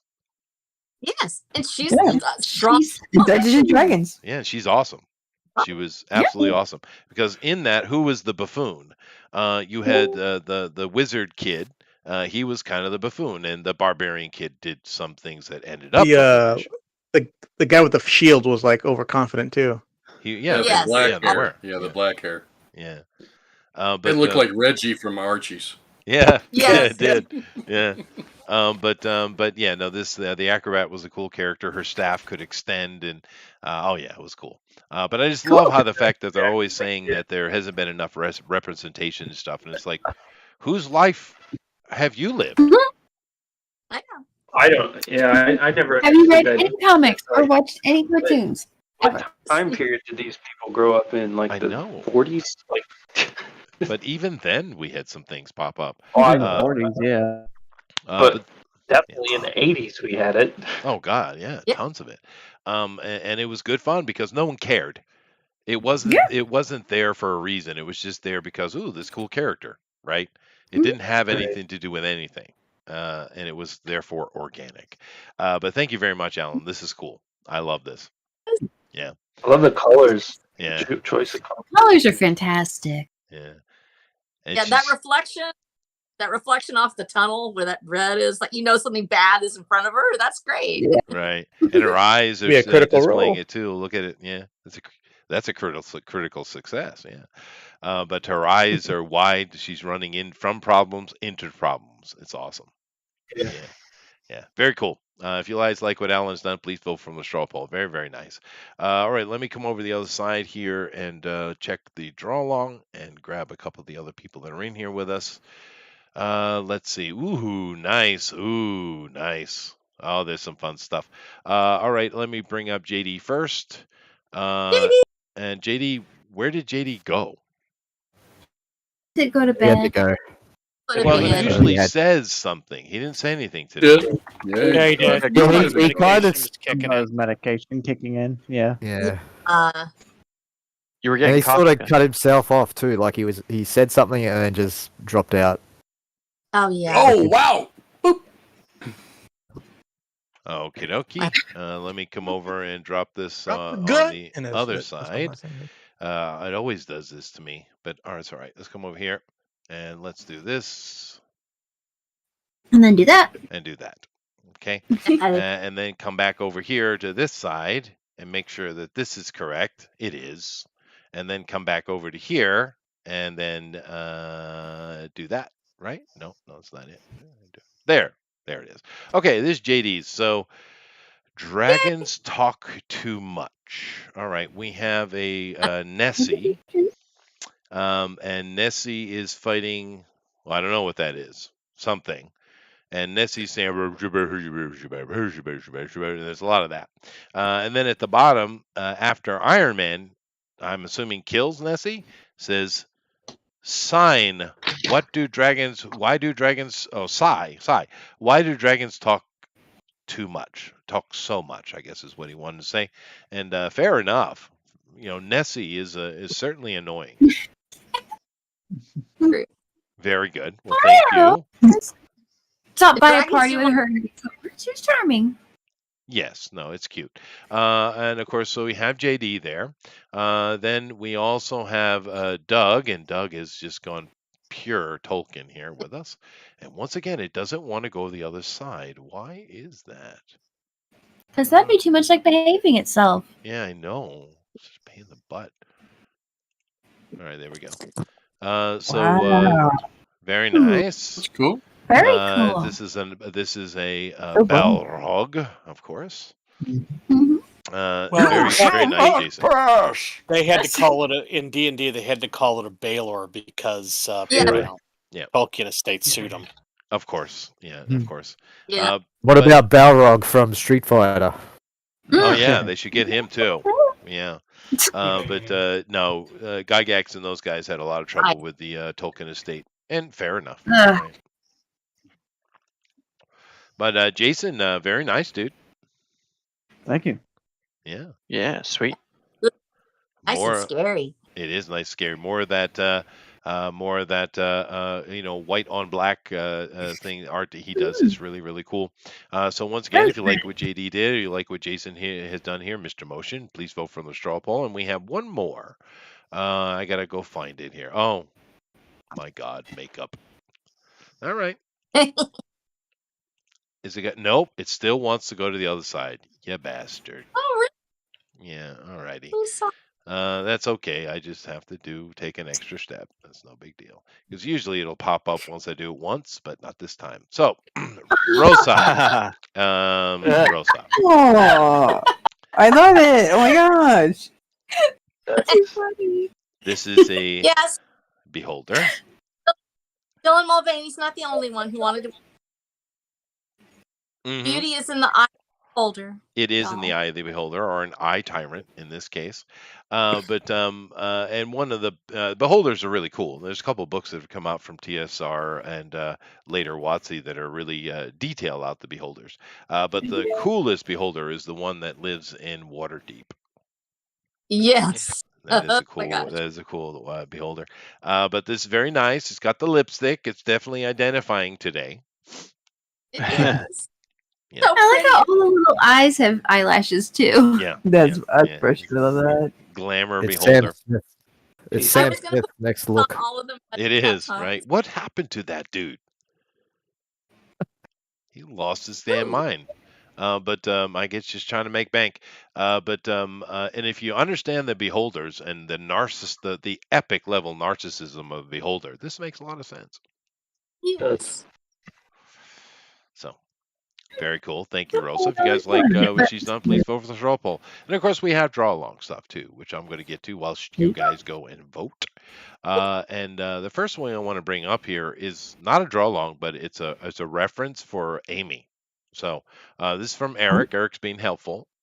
And once again, it doesn't want to pop on the other side. I guess I could just delete that page. But better not. So I'll just do it like this. And this is Eric is trying to help you out, Amy. So here you go. Yep. Oh, no! Look gosh. at how cute it is. It is cute. It is. That is true. It is. Look at their little hats. That's awesome. Thanks, Yeah, I Eric. knew I had a little rabbit on the shelf over here. I was like, I had to go digging. Oh my gosh. Where did you find him? On my shelf, I printed them and painted them. They disappear? What a great magic shelf. It is a magic shelf. Everyone should have. That's a good paint job too, dude. Yeah. Yeah. Great. Yeah. It's like the Oh only my God. artistic thing I do is paint miniatures. Oh, yeah? Yeah. It's very fun and relaxing. It is. I enjoy it, and I have the entire Conan game and Batman game and Mythic whatever that Mythic Heroes, and I have hundreds of miniatures. I'm way behind. You are. Yeah.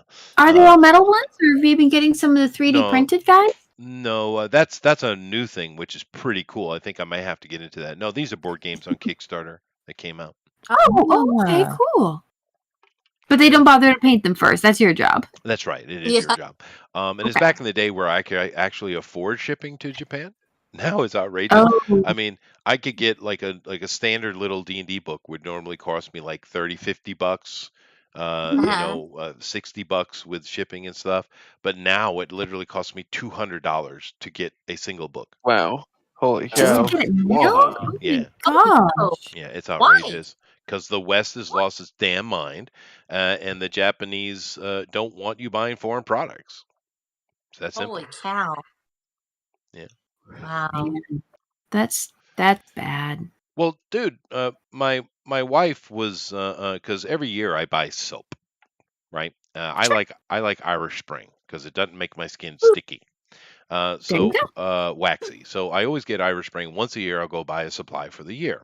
And since it's a foreign purchase because I can't get it here anywhere in Japan, I usually will pick up a few little snacky things. Like I like Jello pudding. I'll get a few boxes of that. Maybe some Pop Tarts. Stuff like that. Whatchamacallits? Well, Yeah. I can never find Reese's those. so Pieces. I can't because I have to go really, really foreign, and then it gets ridiculously expensive. But on the one I usually get, which is it's like a midway point for Japan, Rakuten. I went this time and I just got the soap and a box of Life cereal because a box of Twinkies, just the what is there, 8 in there, 10 in there? I don't know. The standard box of Twinkies. How much does that cost at the store? I don't know. $4? $3? Yeah, $3-4. Yeah, for the whole box, right? They wanted $60. Holy what? Yeah. How are you? Twinkies? For Twinkies. Yeah, I'm not kidding. Dude. It's not a case or a whole bunch. It's just one box. Pop Tarts were like $40 for one box of Pop Tarts. They're not that good. No, they're not. That's why I didn't buy anything. Okay. Yeah, but it's a shame. But anyway, there's that. Let's take a look at some of the other draw along I got here. Even looking at the Rabbit's piece. Oh, it's so good, dude. Let's see. I'll pick up Doug's on the other side. We do have one from Jason Gonzalez here, and of course, it's not going to pop up properly. No, of course not. Alrighty. That would be too much like repeating itself. It would be, but talking about people improving over time. Look at that. Behold. Oh, that's cool. So Love good. That eyelashes. is really good. That is. Yeah. And in the beginning, I mentioned to see who will do things that are actually, Gygax creations, actual D&D creations. The owlbear is, as is the Beholder. These things are actual creations from them, not from other people's minds. I should have what just about the- drawn a the gelatinous mimic? cube. Yeah. A gelatinous cube. You should have. That's actually that's such a good idea. Jeff would have been less hateful to you if you had done just a cube of gelatinousness. Yeah, It's true. It's true. but she has a lot of gelatinuses. She as it does. is. She does. She has liquids. Gelatinous boobs. Yes. Oh, there you go. She does. But this is great, Jason. Very, very nice. Very nice. Let me drop over to Twitter here real quick, and we'll take a look at Doug's stuff as usual. And if anything else is over here, and of course, first here, Grandpa Monster. Yep, it's very nice. Let's see here. Oh, look at all these great. You see, here we go. I like board games, so I have a lot of board game stuff on here. This is from Elder. That's So fun. look at all these fun little games. Space Base. They're War all Chest. over $100 each, probably. For me, yeah, definitely. Tiny Towns is a great little game, by the way. Tiny Towns is a fantastic game. We play it all the time. Yeah, Tiny Towns is awesome. Warlord Games does miniature gaming. These guys are great. Umbrella Guy, what is he saying? What's the time stamp when Lori Depp appears on Popcorn to Planet yesterday? If you have it, what are you talking about? This is from Cool Stuff Inc. What will you do? Save him? Yes or no? No, kill him. Okay, he looks like Chris Hemsworth. Don't do it. Elon Musk. Oh my God, he was destroyed. That freaking BBC guy, dude. Oh, he did. Oh my! It's like, why would you? Elon is pure autism. What are you doing? Be prepared. Yeah, Let's really. see here. It's Ooh. gonna go, thanks. Warlord Games having some fun over there in Britain, of course. Or Blighty. I think I'm going to call Britain Blighty from now on, the old nickname. Do you guys still use Blighty? No. You don't. No, it's just the old people. All right. Tim Pool's talking about something. The liquor. Yes. Oh, look at that! Look at that! Oh, these heavy metal was so great, dude. Some of really amazing art coming out of that. Now, were there American artists doing heavy metal, or was that mainly Europeans? There was American American What? showed up too. I heard a lot of talking, but not an answer. There was some American showed up in too. So there, it was both. Okay. Oh, look at that old classic. Look right there. Very nice. Ooh. This is from that new Nope. Yeah, I'm not really a fan of this director. I don't think his movies are that great. I think he's overrated. For But me, are you reading? Are you reading about it, seeing what it's saying? They want No, him I to play watched it. Sentry. Oh, No, I'm sorry. they want him to play Sentry. Yeah. Oh, he's perfect That's match. rumor. Let's do that. He Yeah, doesn't that want to sounds do it perfect. all. He doesn't know, but Why? that's the point. You know, we need. No, let's just get anything him to that's play like the life. new Superman. I like it. Very K-pop. Well, I noticed that Night Court has been remade, but now it's better because it's a woman. Harry's now a woman, so therefore, It's you know, it's better. Harry's daughter. Ooh, Harry's Is it? perfect. Continuation of the old series. Yeah, I It is a don't want to. continuation. Don't care. Okay. Oh, you should. You know, He sounds like Harry Woman. No. No. Someone's job, right? Let's see. Thunderbolts had to be rewritten because it was all about this fake Black Widow. No, nothing fun here. That's all failure. Oh, Harry Potter. Very nice. Ooh, look at that little bit of art. That's nice. Oh, that's awesome. That is awesome, man. Look at that. I love on most of the stuff on my Twitter is all art based. I don't know what that crap is, but whatever. No, nothing scandalous. Oh, those cute little monster. Zombicide, yeah. Zombicide's a great little board game. Fighting miniature game. Anyway, I'm not getting any scandals. Oh, well. Oh, dwarves. Ah, It's a redneck. That's what I do, bub. Badass redneck dwarves. well, they scare me. Please scroll. No. This is forever awesome. What's he saying? I don't know what he's saying, but he's pissed about something. He's drunk. Let's see. Let's see here. Let's Oh my little bit of Being love. great. My name is Shorty. You watching this show, The Jack Show. The He'll Jack cut Show, you, man. on John Malin's channel. That's John Malin. Profile. And action. That man is drunk off his ass. Just so you know. This is John Malin thing. Cool. Anyway, I'll go and do what I'm supposed to do before I get He's got a Monster energy drink tattoo on I his know he ribcage. does. Yeah, it's awesome. He's drunk off his ass, though, dude. You go, Loving John him. Malin. Alrighty, so let's come over here and take a look and see what Doug did. I'm kind of wondering if we offended Doug, because I'm always curious of what offends Doug and what doesn't offend Doug, right? Because you know, we know he loves anime. We know that. Okay. It's his Yeah. favorite. It's his favorite. That's right. Sarcasm there. I've never seen him draw it. Oh, okay. Well, he hates it. I was being sarcastic. Oh, alright. okay. So,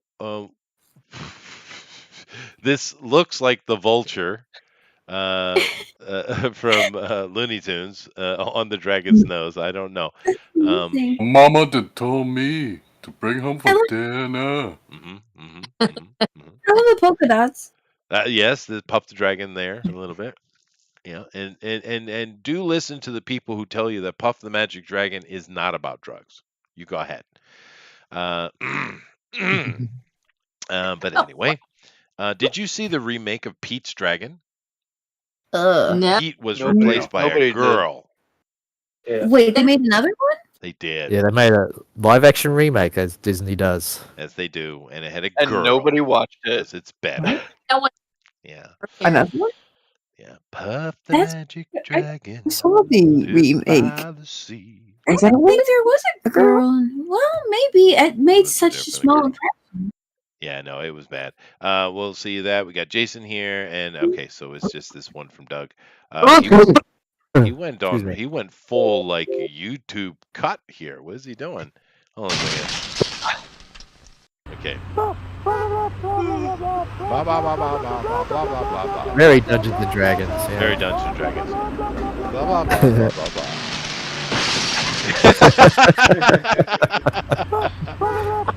Why? Why? Is that me? Is that me? That's probably me. Is Just giving up.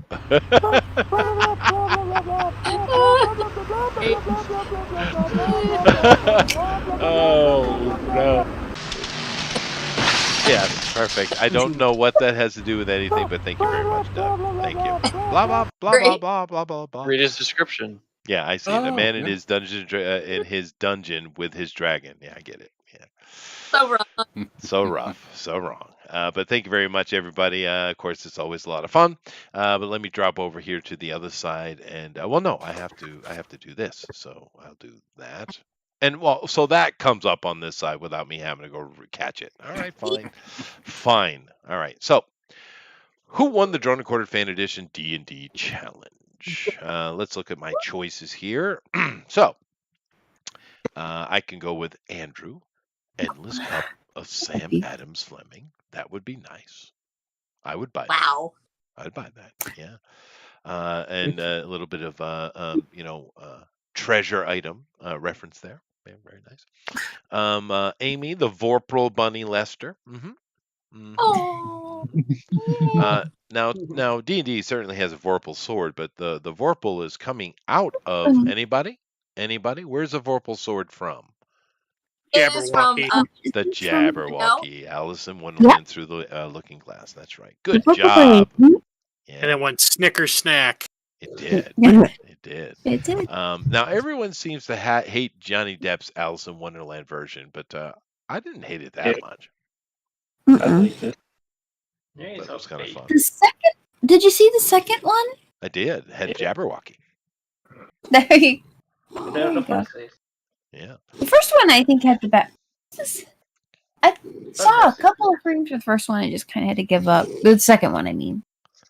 Well, it's not a great movie, but it had some interesting looking character designs. It did. It had some real fun design stuff in it.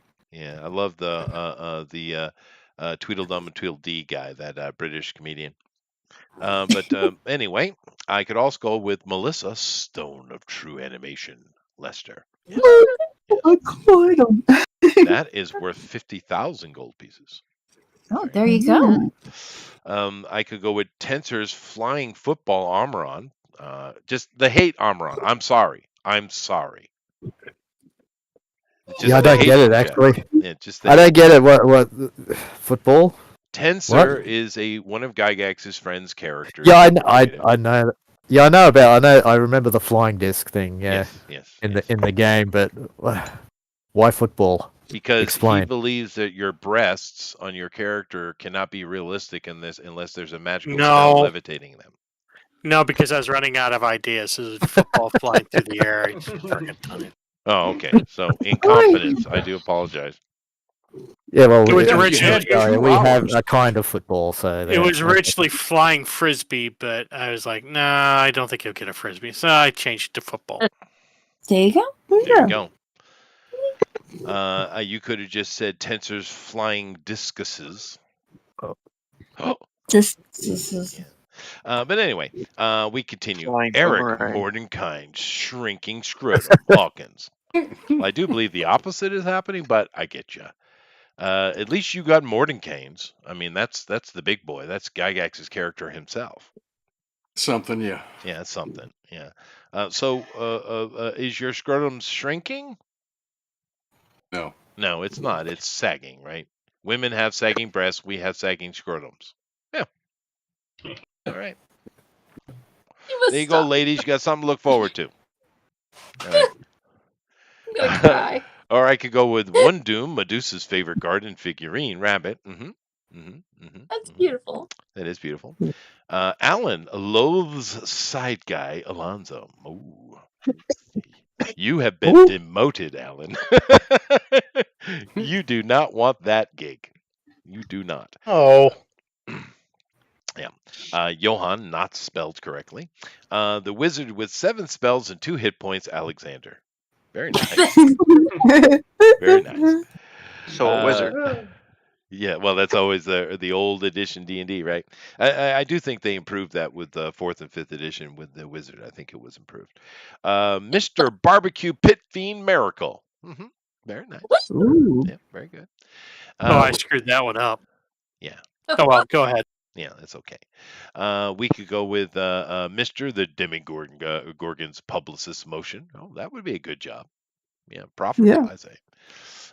Rosa Barbecue Pit Fiend Diora. We have 2. Why do we have 2? I guess.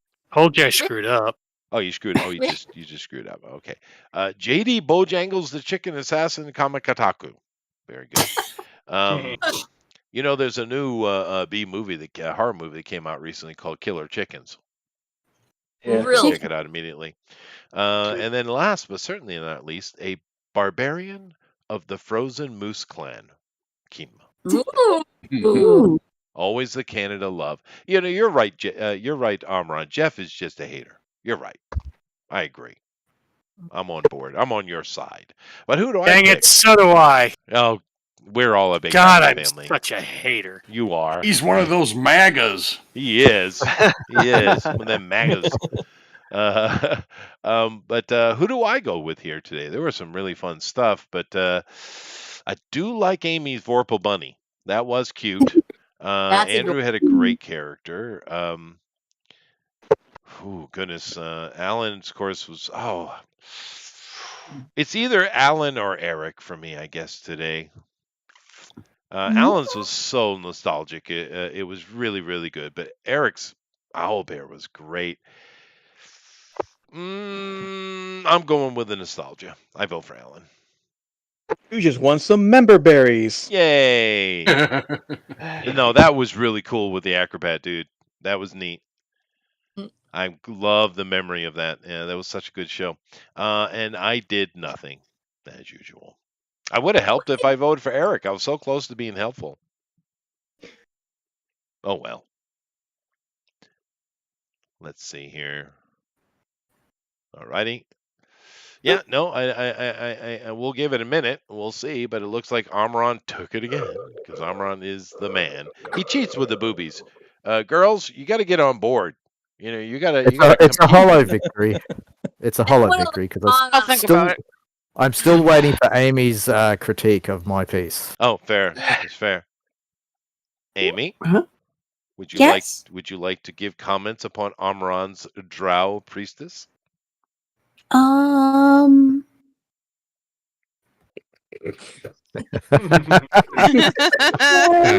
you hanging there, bud. I'm going to leave you to it. I need to go. It's too late. Yeah, I gotta go to bed too. Yeah. So depressed now. Oh, I'm sorry. Well, all right, let me wrap it up then.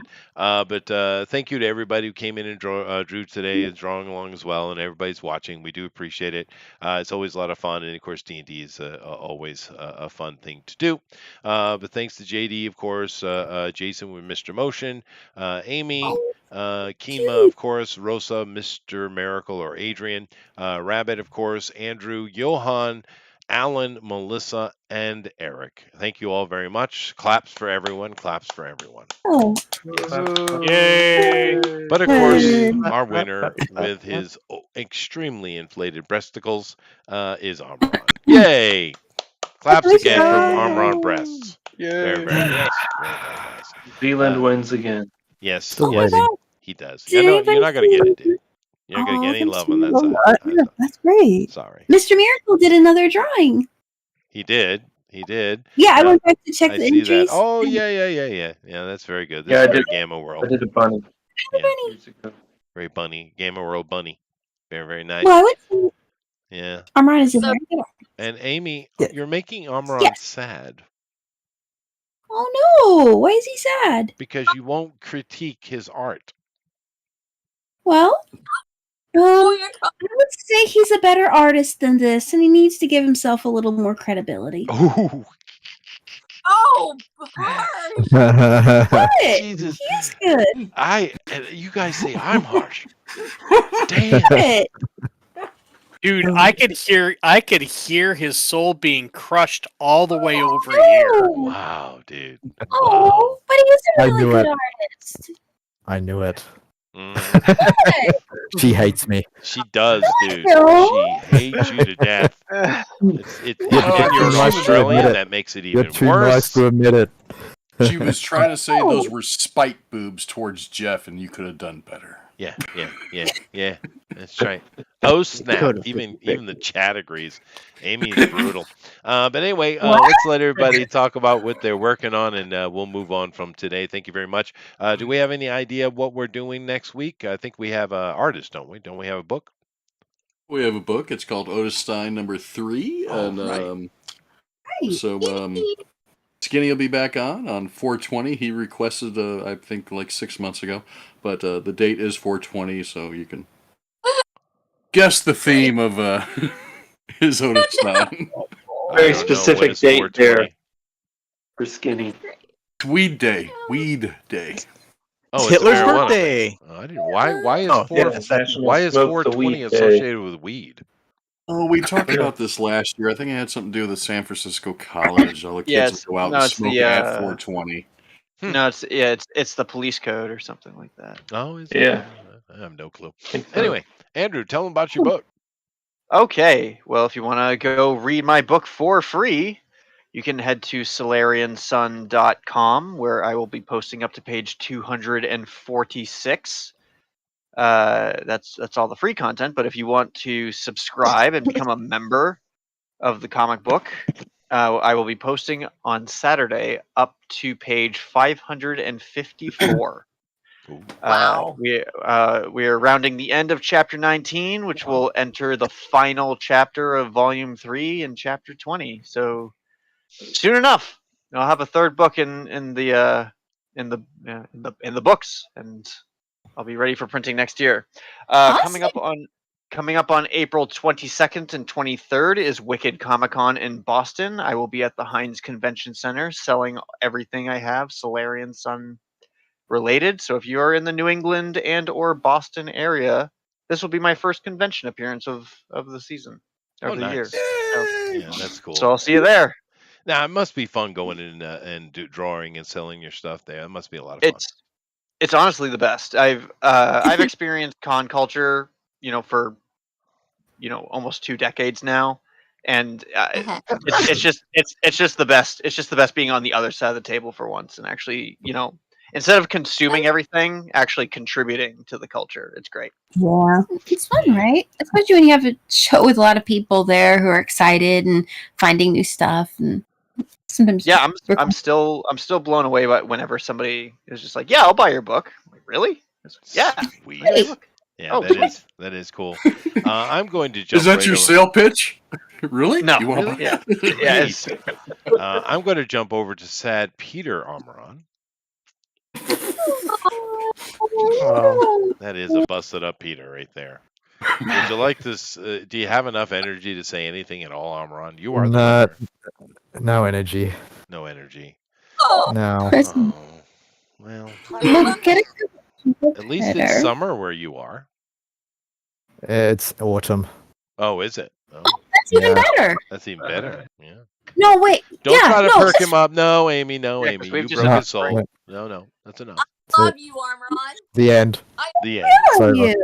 It's over. It's over. Bye with your. It's over. We'll leave him to his sad Peter. When his heart breaks in half. Yes. We'll And now. go now.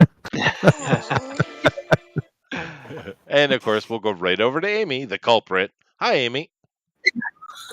Hi. Destroyer of souls. Oh no, poor Armoron. But you really are an amazing artist, and I'd love to see you doing different kinds of things. I'm always so amazed at how good you are when you do anything like mechanical, and your male characters and your female characters Yeah, are beautiful. I'm just Great. kidding around. It's just a nothing burger sort of thing. It's a gaff. It's a gaff. Yeah. But I do hope we Intended. appreciate you, and you really are a gifted artist, and you do well at anything you put your hand to. So, it's really great to know you, and I'm glad to I see you added do some things. veins too. Face it, Amy. We love you. Face it, guys. There's no amount of duct tape that will put that soul back together. No. No. So, just Amy, what are you working on? Okay, well, let's see. I don't know if that project's a secret right now, but I'm doing some coloring on some projects and stuff like that. So that's on the artistic realm. As far as the programming stuff goes on the game engine, well, I guess I'm doing some texture maps, so that's something too. So for the game, I'm doing some texture mapping. As for the rendering and like the technical part of it, that's a lot in the programming end. And I don't know if I want to take the wind out of Lissa's sails, but that's coming along really good. So, yay! Okay, well, honey, pick it up. Programming in. I just finished making an algorithm that can. I call it an animation sequencer. It takes like you could take like a group of animations and display them in a random order and at different speeds, so that like if you have a character with a blink cycle or something, the blinks don't become the blink pattern doesn't become too repetitive. Yeah, you already had the animator built, so now it's just a matter of kind of like being able to, I guess, like sort of real time like editing of group of animation groups on a display. I got that done. So now I'm just working on incorporating it into the dialogue system. The text is, it's displaying text and everything correctly. I just need to display the sequences right. So incorporating the sequencer into the dialogue engine. Yeah. Sweet. Well, that sounds good. Yeah, I have no idea how to do any of that. You go. Awesome. And of course, they are working on that. When they have it ready, they're going to bring it up and show it to us. So it's going to be cool. Let's see here. Let's go over to Rosa. Rosa. Hi. I love You're working on your and I love you, and I love you, and I love you, Arm. What about me? Yeah, no, not you. Just Armoron and me. She was pointing at me. I only heard 3. Oh no. Her mic. Laura gets all the broken heart attention. And you over there. There you go. There you all go. the people. And you there in the back. Oh my god, that was like a lot of folks. So watch her. Be there. Sunday. Oh my god. Okay, actually, it's like forever because this thing's so huge. Okay, so when I was talking to Blaine Pardoe on his show, I was like, do you really think people would buy this huge, long, it's like a 3-series book? He was like, yeah, go for it. And then you were talking about Conan tonight, and I was remembering there are like 17 Conan books, if I'm not mistaken. Is that correct? There's like 17 of them. There's a lot. And so we're cool. We can do that. So Depends your philosophy on Conan, I suppose. yes, no, I love Conan. I read all of them, all the Conan books. I had all of them. I had the full set. I was like, it took up an entire shelf in my house. And then I also had a bunch of Robert Howard's westerns and things like that. So it was a lot of fun. Yeah, I love. He's so great. But so anyhow, yes. So we're still working on the second book in the second series. I'm going to be starting the illustrations probably this month because I've got to get those started so I can get my book out. So we're going to see a release date for the first book of the second series will be Christmas. And so I'm getting that all put together. And then from there on, the series will release probably a book every 2 months. And so, because I'm writing the whole series all at once. So we'll see that release date. Right now, we're on par for that. And it looks like we're going to be in production and get that out. So all of our readers can see what happens next. But so I'm really excited to do that. As soon as we have books, whenever y'all are ready, we can do another one if you want it. I don't know. I don't know if you want to do that. We haven't done the first book in the first series. We never did. I have 6 books in the first series, y'all. I'm like, if you ever just get bored, we can do one of them too. But I'm not like Jeff, otherwise known as Herman P. Hunter, who's always so fantastic and has these beautiful hardcovers. Jeff, yeah, now that he's famous and everything. Every time I go on a stream, what is it about Jeff? He is on every stream on every channel I go on. Can you tell us how you're animal this way? Is it like you have a doppelganger or something to reference? Because I need to know, because I went on. Really? Was it on Readout Productions doing a history thing? And I think you showed up there too, didn't you? Yeah. I know. I was like, what the heck? Jeff's everywhere. Have you got like a dinger thingy that tells you when like people are there? What do you do? Really? I stalk people in my spare time. Thank you so much. I appreciate that. But yeah, so that's fun. So yeah, I'll be looking for that at Christmas. And so I'm working on it. So pray for me so I can get all of that done. So that way I can start doing the conventions in the fall again. Are you going to BaseCon this year, Jeff? Yes, I am. I'll see you there. So it's a party. Whee! Yep. Oh, cool. There you go. Awesome. And for the chat, just so you know, Robert E. Howard wrote well over 70 books Yes, he wrote. in his short life. Yeah, impressive. Yeah. And if you count all the box sets and book sets, it's well over 100. Yes. Yeah, no, was ridiculously prolific. Yeah. But alrighty. Thank you very much, Rosa. Let's move on to Eric. Hey, obviously the Zone of the World of Oz 5 launches next Friday at 11 a.m. Central Standard Time. We've already got 100 followers, so I'm hoping we're going to fund it pretty quick. The page is all done. I even got a video ready for whenever Chester wants to see that. I did not put any dialogue on the pages because he doesn't like because he does like dialogue on the pages. I don't like put it on there. But yeah, I got tons of stuff out here, and there's a lot of actual original artwork tiers that are out here with portraits of the characters. Nice. Yeah, the page looks good, dude. Yeah, yep. I can't wait. And that same Friday, I'll be leaving to Carbondale, Illinois for SalukiCon at Southern Illinois University. I'll be there through Sunday, selling comics and doing drawings. Oh my god! Yeah, that's cool. Big old time. Yeah, no, I think it must be a lot of fun for you guys to go to conventions and be on the other side of it. It's a great time. It really is. I thought it'd be kind of difficult because I'm kind of an introvert. But when you're sitting at your table and you're drawing and you see someone come up and you look at them and they turn around and walk away because they're more of an introvert than you are, it makes your day. It makes you feel good. It's a lot of shy people. It's like a scared deer. They're like, and take off. I'm like, yeah, no, that's true. I was going to say hi. Shy people. Yeah, shy people. I never understood it. Anyway. No, I never understood shyness. Yeah, I guess it's just not built into me. Maybe more of an artist thing than a musician thing, or do you think have you run into a lot of shy musicians too? No, Actually, God no. You can't because you have to play with other artists, and you usually play an audience with other musicians. It'd be almost impossible to music completely by yourself. Yeah, artists can hide behind their drawings and stuff. Nobody actually has to see us. That's true. Yeah, that is true. I'm not very shy, though. But help for the introverts. Let's move on to Alan before Johan here. Alan, once again, love the homage, dude. It was great. Sign up for Lost Pages 3 on Indiegogo. You can sign up, I think, also for Raid of the White Leopard. That's on Fund My Comic. And you can check out the first issue of Atrocity on Amazon. Hey, Alan, shoot me those links for next time. Yeah, you got a bunch. Yeah. But I want to go back to the reggae music. Yeah, that was kind of fun. That was nice. Boop-a-doo, boop-a-doo. That's my dessert later. It is. Yeah. Awesome. Well, thank you very much, Alan. Johan, would you like to say something? Hello. Yeah.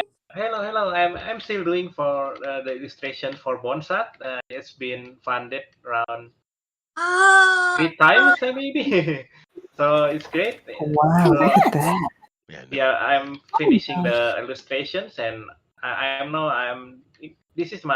doing my own personal project for this is my steampunk comic personal project of mine, and yeah, that's it. That's amazing. Is that one getting a Kickstarter? Oh no, I don't know. Not yet, I think. I just focusing on the finishing the content, the book now. I like the whimsy of these characters, and he's got the what was it? Journey to the Center of the Earth? Is that where it's that machine in the back is coming from? The old one. A little bigger. It looks great. It does. Like yeah. that. Yeah. No, it is very cool. Thank you. Yeah, very nice. All righty then. Oh, Let's see. Have I gotten everybody? I think I'm missing Not me. Mr. Motion and Adrian. So let me do Mr. Motion first. Mr. Motion. Well, y'all. Hello. Y'all can follow me on Instagram at creation.jason. And I'm going to be helping with my brother on his new book series. He's going to be coming out here soon. Exciting.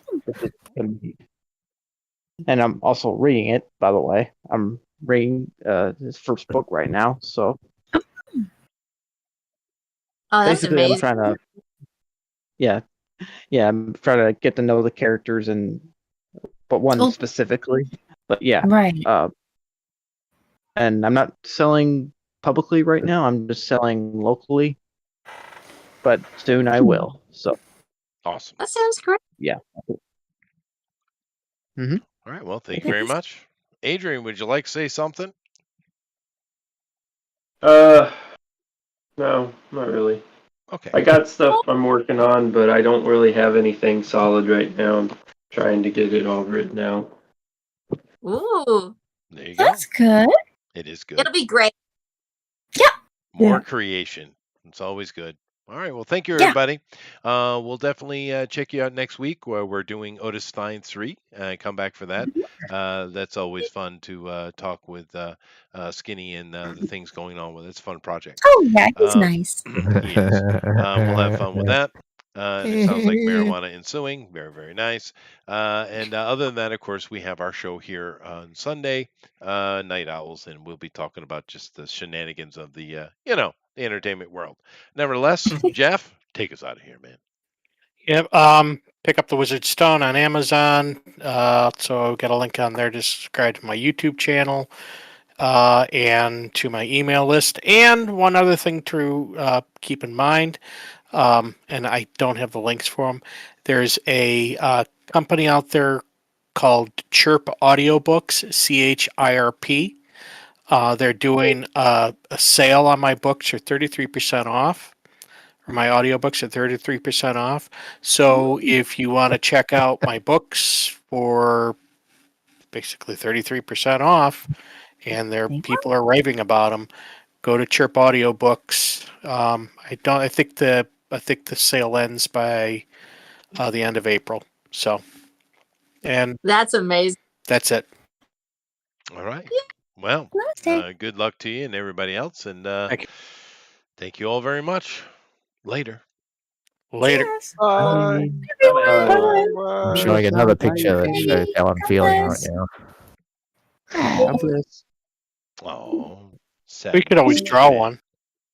man. That's a sad Mexican man. Owner of a lonely heart. Mm-hmm. Mm-hmm. On a broken heart. Yeah. Oh, man. And oh, yes. Yeah.